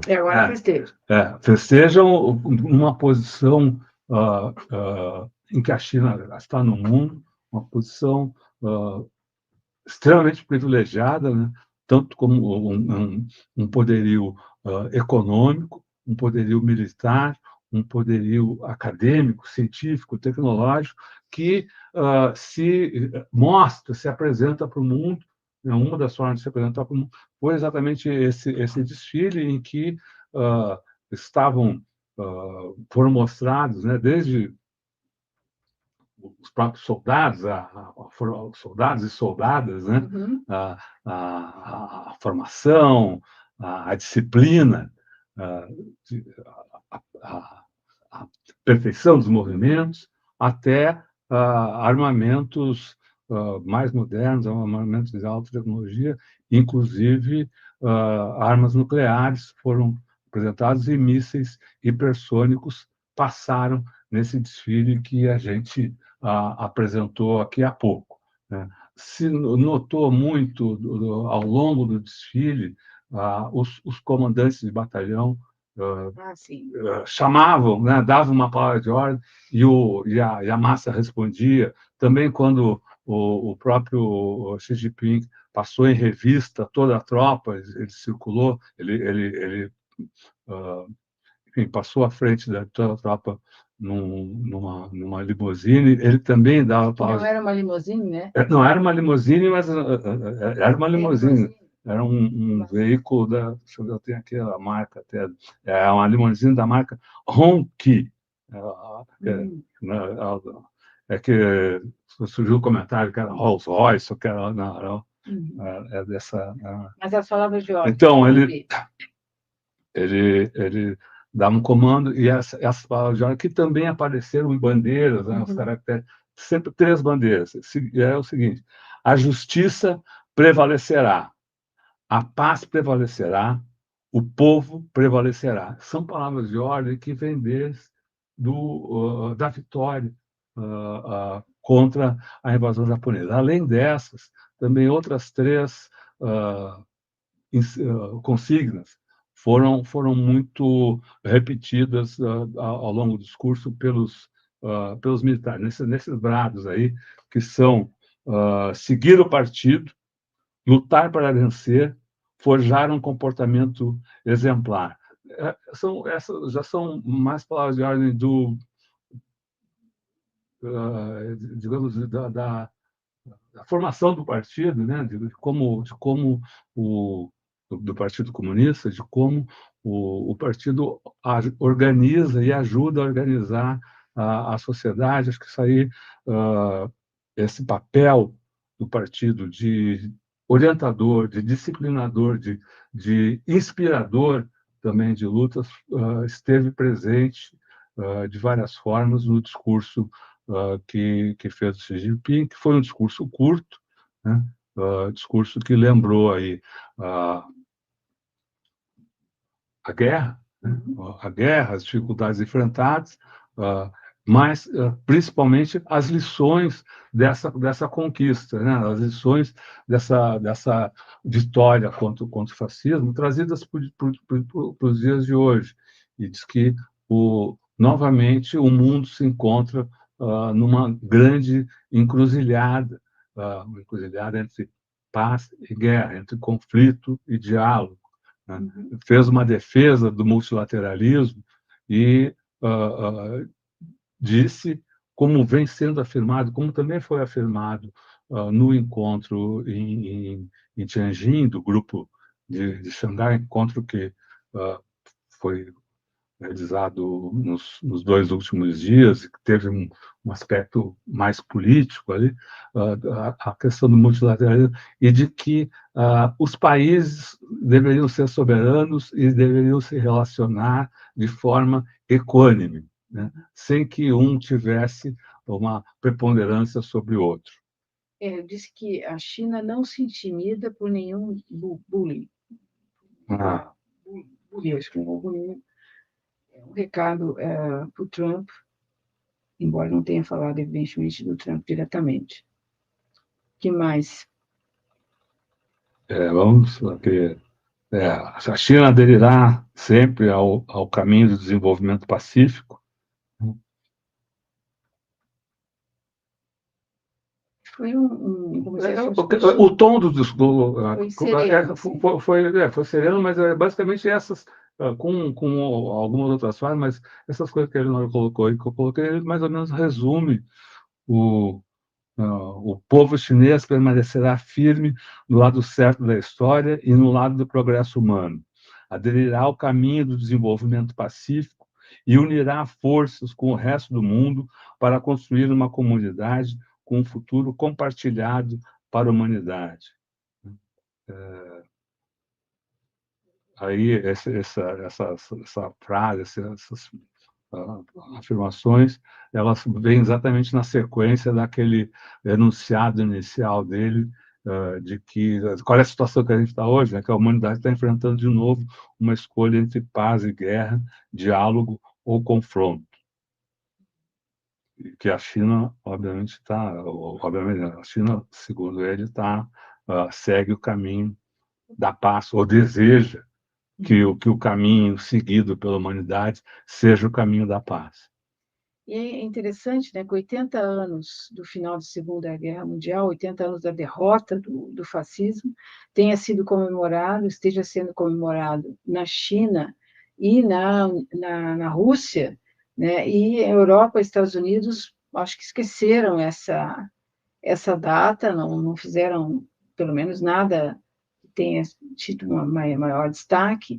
É um momento decisivo para a humanidade, que foi em 1945, e a batalha que antecedeu a derrota do nazismo, e que precisa ser lembrado porque essa ameaça do nazismo e do fascismo continua rondando, e ela é contra a vida, é contra a paz, é contra o desenvolvimento, quer dizer, é uma ameaça ruim para a humanidade, e é importante que essa data seja lembrada para que se reflita, né, a população reflita sobre essas lições da história. E a China, acho que tem muito para contar sobre a Segunda Guerra Mundial. Eu estava falando aqui dos experimentos terríveis que os japoneses fizeram com os prisioneiros de guerra chineses e soviéticos à época, experimentos com armas químicas, né, massacres de degola, coisas assim horrendas, né, absurdas que foram praticadas pelos japoneses durante esse período de invasão da China, e que são muito pouco conhecidas, né, por quem mora aqui na América do Sul. Se sabe muito sobre Pearl Harbor, sabe muito sobre o Dia da Normandia, mas pouco se conhece sobre o horror que aconteceu, né, no mundo durante a Segunda Guerra Mundial, durante o período em que o Império Japonês praticou atrocidades ali na China, Na Coreia do Sul e na também. Coreia do Sul, e sem falar, claro, de Hitler, de Mussolini, né, de todos os seus comparsas, né, traidores, em vários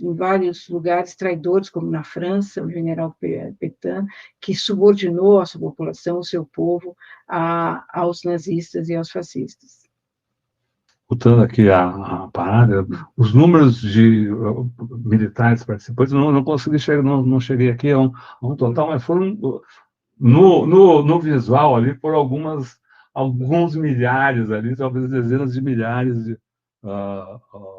de participantes nessa parada, que culminou, quando estava perto do final, houve as referências à paz, lançamentos de balões, e soltaram pombas, 80 mil pombas foram né, soltas ali nos momentos aí do encerramento nessa parada militar, que, como eu disse, mostrou também um destaque os armamentos de ponta, equipamentos com laser, os mísseis balísticos nucleares e drones submarinos, né? Entre são alguns dos armamentos ali mostrados. E aqui tem um pouco mais de detalhes sobre aquela frase que tu citaste, que a China nunca será intimidada por bullies, né?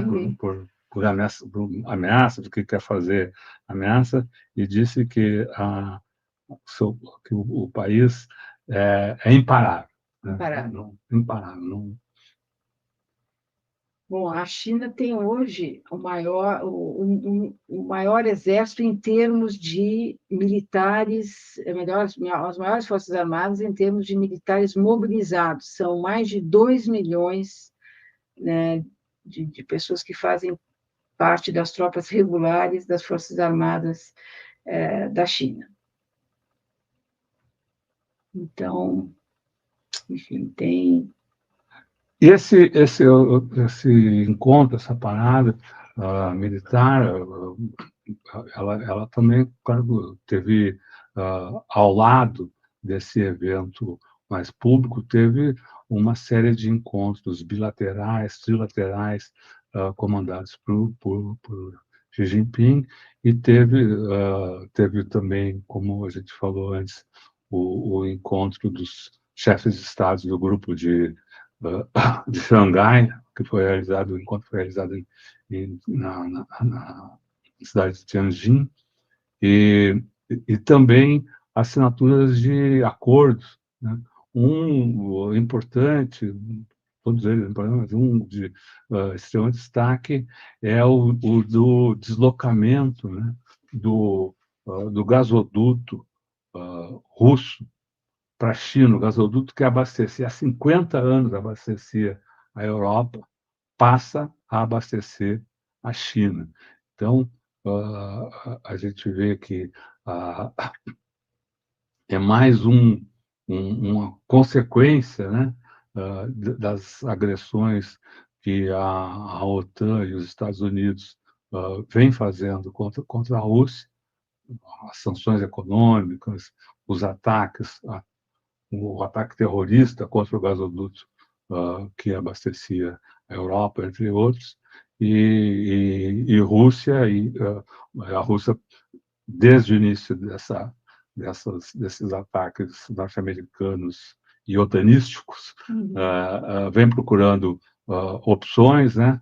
E tem encontrado com a China, com a Índia, com os BRICS, e especialmente, então, com a China, esses acordos comerciais, eles são mais do que acordos comerciais, eles são exemplos de uma aliança que está sendo forjada aí na luta, e alianças desse tipo tendem a ser muito firmes, muito duradouras. É o que eles afirmam que vai ser, né? E nesse sentido, quer dizer, a ida do MOD a essa reunião de Xangai, onde que tem uma série de divergências com a China, a China e a Índia chegaram a entrar em confronto armado, né, uns anos atrás, fazia 7 anos que MOD não ia à China, quer dizer, também mostra, né, como as coisas estão se movimentando rapidamente, né, em torno de articulações que escapem da órbita Estados Unidos-OTAN. Nesse mesmo sentido, está anunciada para segunda-feira agora uma reunião virtual dos presidentes do BRICS, convocada pelo presidente Lula, que preside o grupo, e que também vai ser mais um momento, né, de discussão sobre a situação mundial, as ameaças de Trump à soberania de vários países, hoje mesmo na questão aqui no Caribe, na Venezuela. Então, essa ação dos Estados Unidos, né, aberta, né, de ameaça e de ações belicosas, atacou o Irã, está tendo uma resposta, ainda de maneira um pouco fragmentada, mas que começa a se organizar. Essa reunião de Xangai reflete essa organização. Esse desfile militar é um claro recado político, né? Não precisa desenhar, está mostrado, e essa reunião agora de segunda-feira também pode ser mais um tijolo na construção de uma resposta mais unificada, né, a Donald Trump, que tenta, né, a sua estratégia é sempre dividir e fazer acordos parciais para o país, tentando provocar o caos ali. Então, eu acho que vai ser importante acompanhar o que vai acontecer na segunda-feira também. Além, claro que não tem a importância do desenvolvimento da China, mas a gente cai de novo até no próprio julgamento do Sim, Bolsonaro, claro, aqui, né? Aqui os jornais norte-americanos e jornais europeus corretamente mostram que esses julgamentos eles são é um reencontro do Brasil com sua história e, ao mesmo tempo, é uma resposta às agressões que Trump fez e tem feito e continua fazendo ao presidente Lula, às instituições democráticas brasileiras, à economia brasileira, ao povo brasileiro. Né?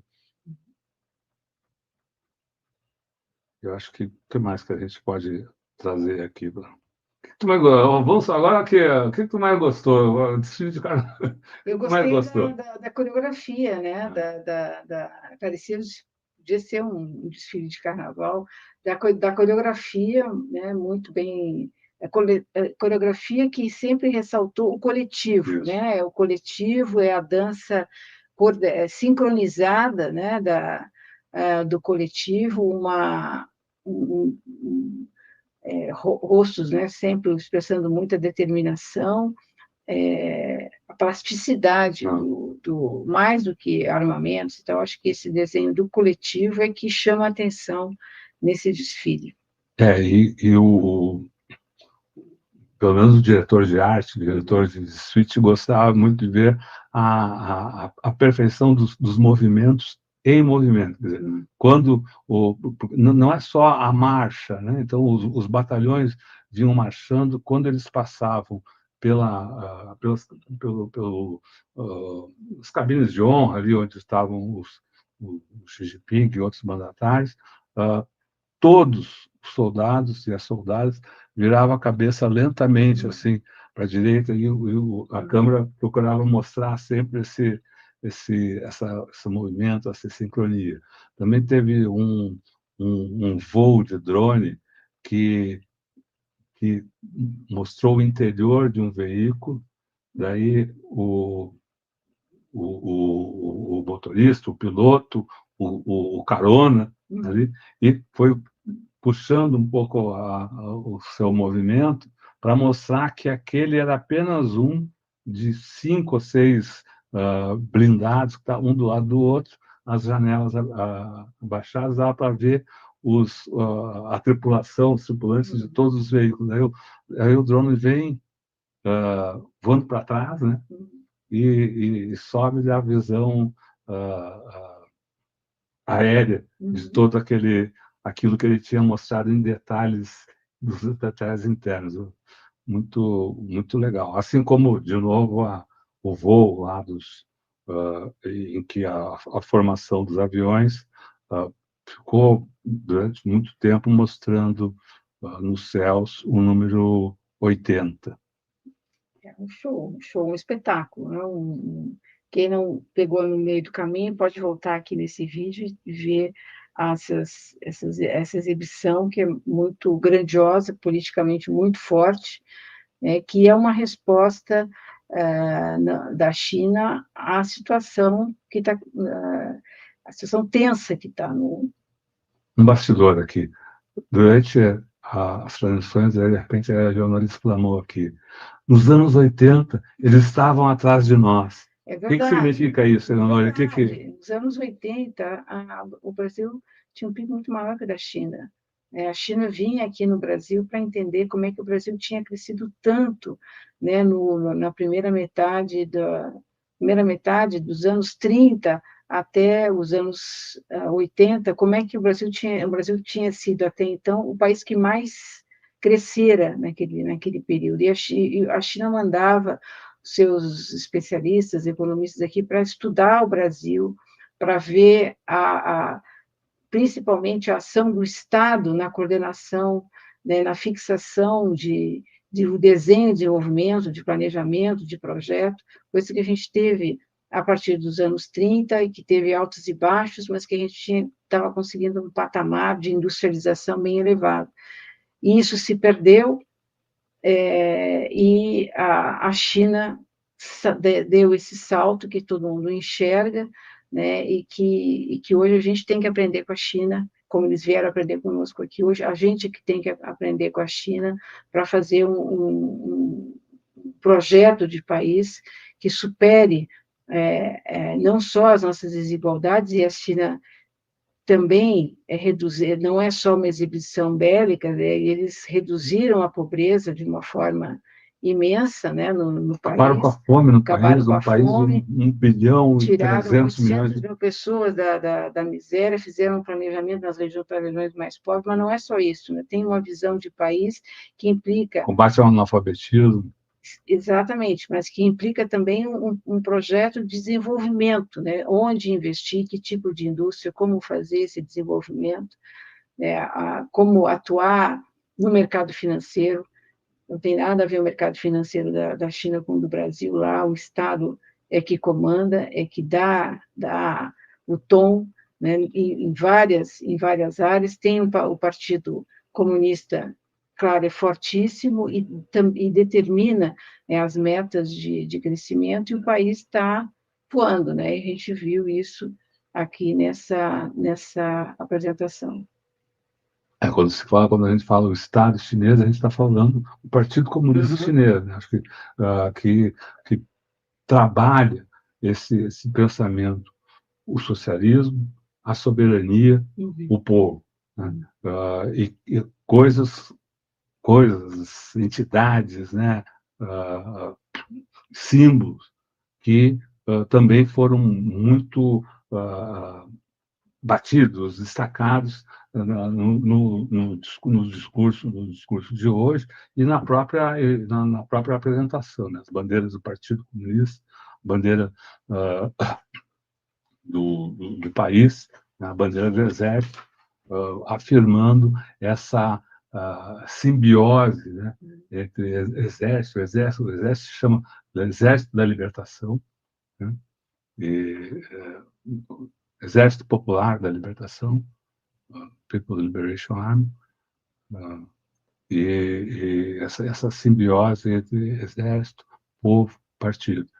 Partido que tem sido muito importante, não só nesse planejamento, né, do crescimento, da expansão chinesa, como na implementação das políticas nas localidades mais distantes, quer dizer, não é só nas grandes cidades, nas localidades mais distantes está presente para discutir como vão ser os investimentos da municipalidade, do Cacimbinhas, né?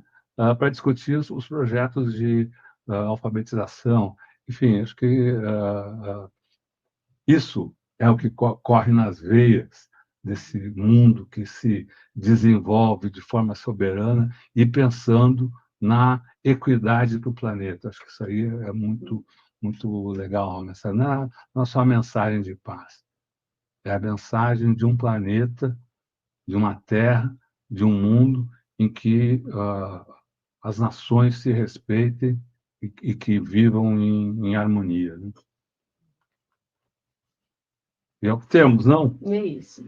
Então, ficamos aqui, fizemos... A festa de homenagem, né, de comemoração aos 80 anos da derrota do nazismo, do fascismo e da invasão japonesa, né, na China, em Beijing, uma guerra que matou 35 milhões de chineses, que foram homenageados hoje, né, com um desfile militar, que foi um espetáculo, e com uma mensagem política muito clara para os Estados Unidos e para a OTAN.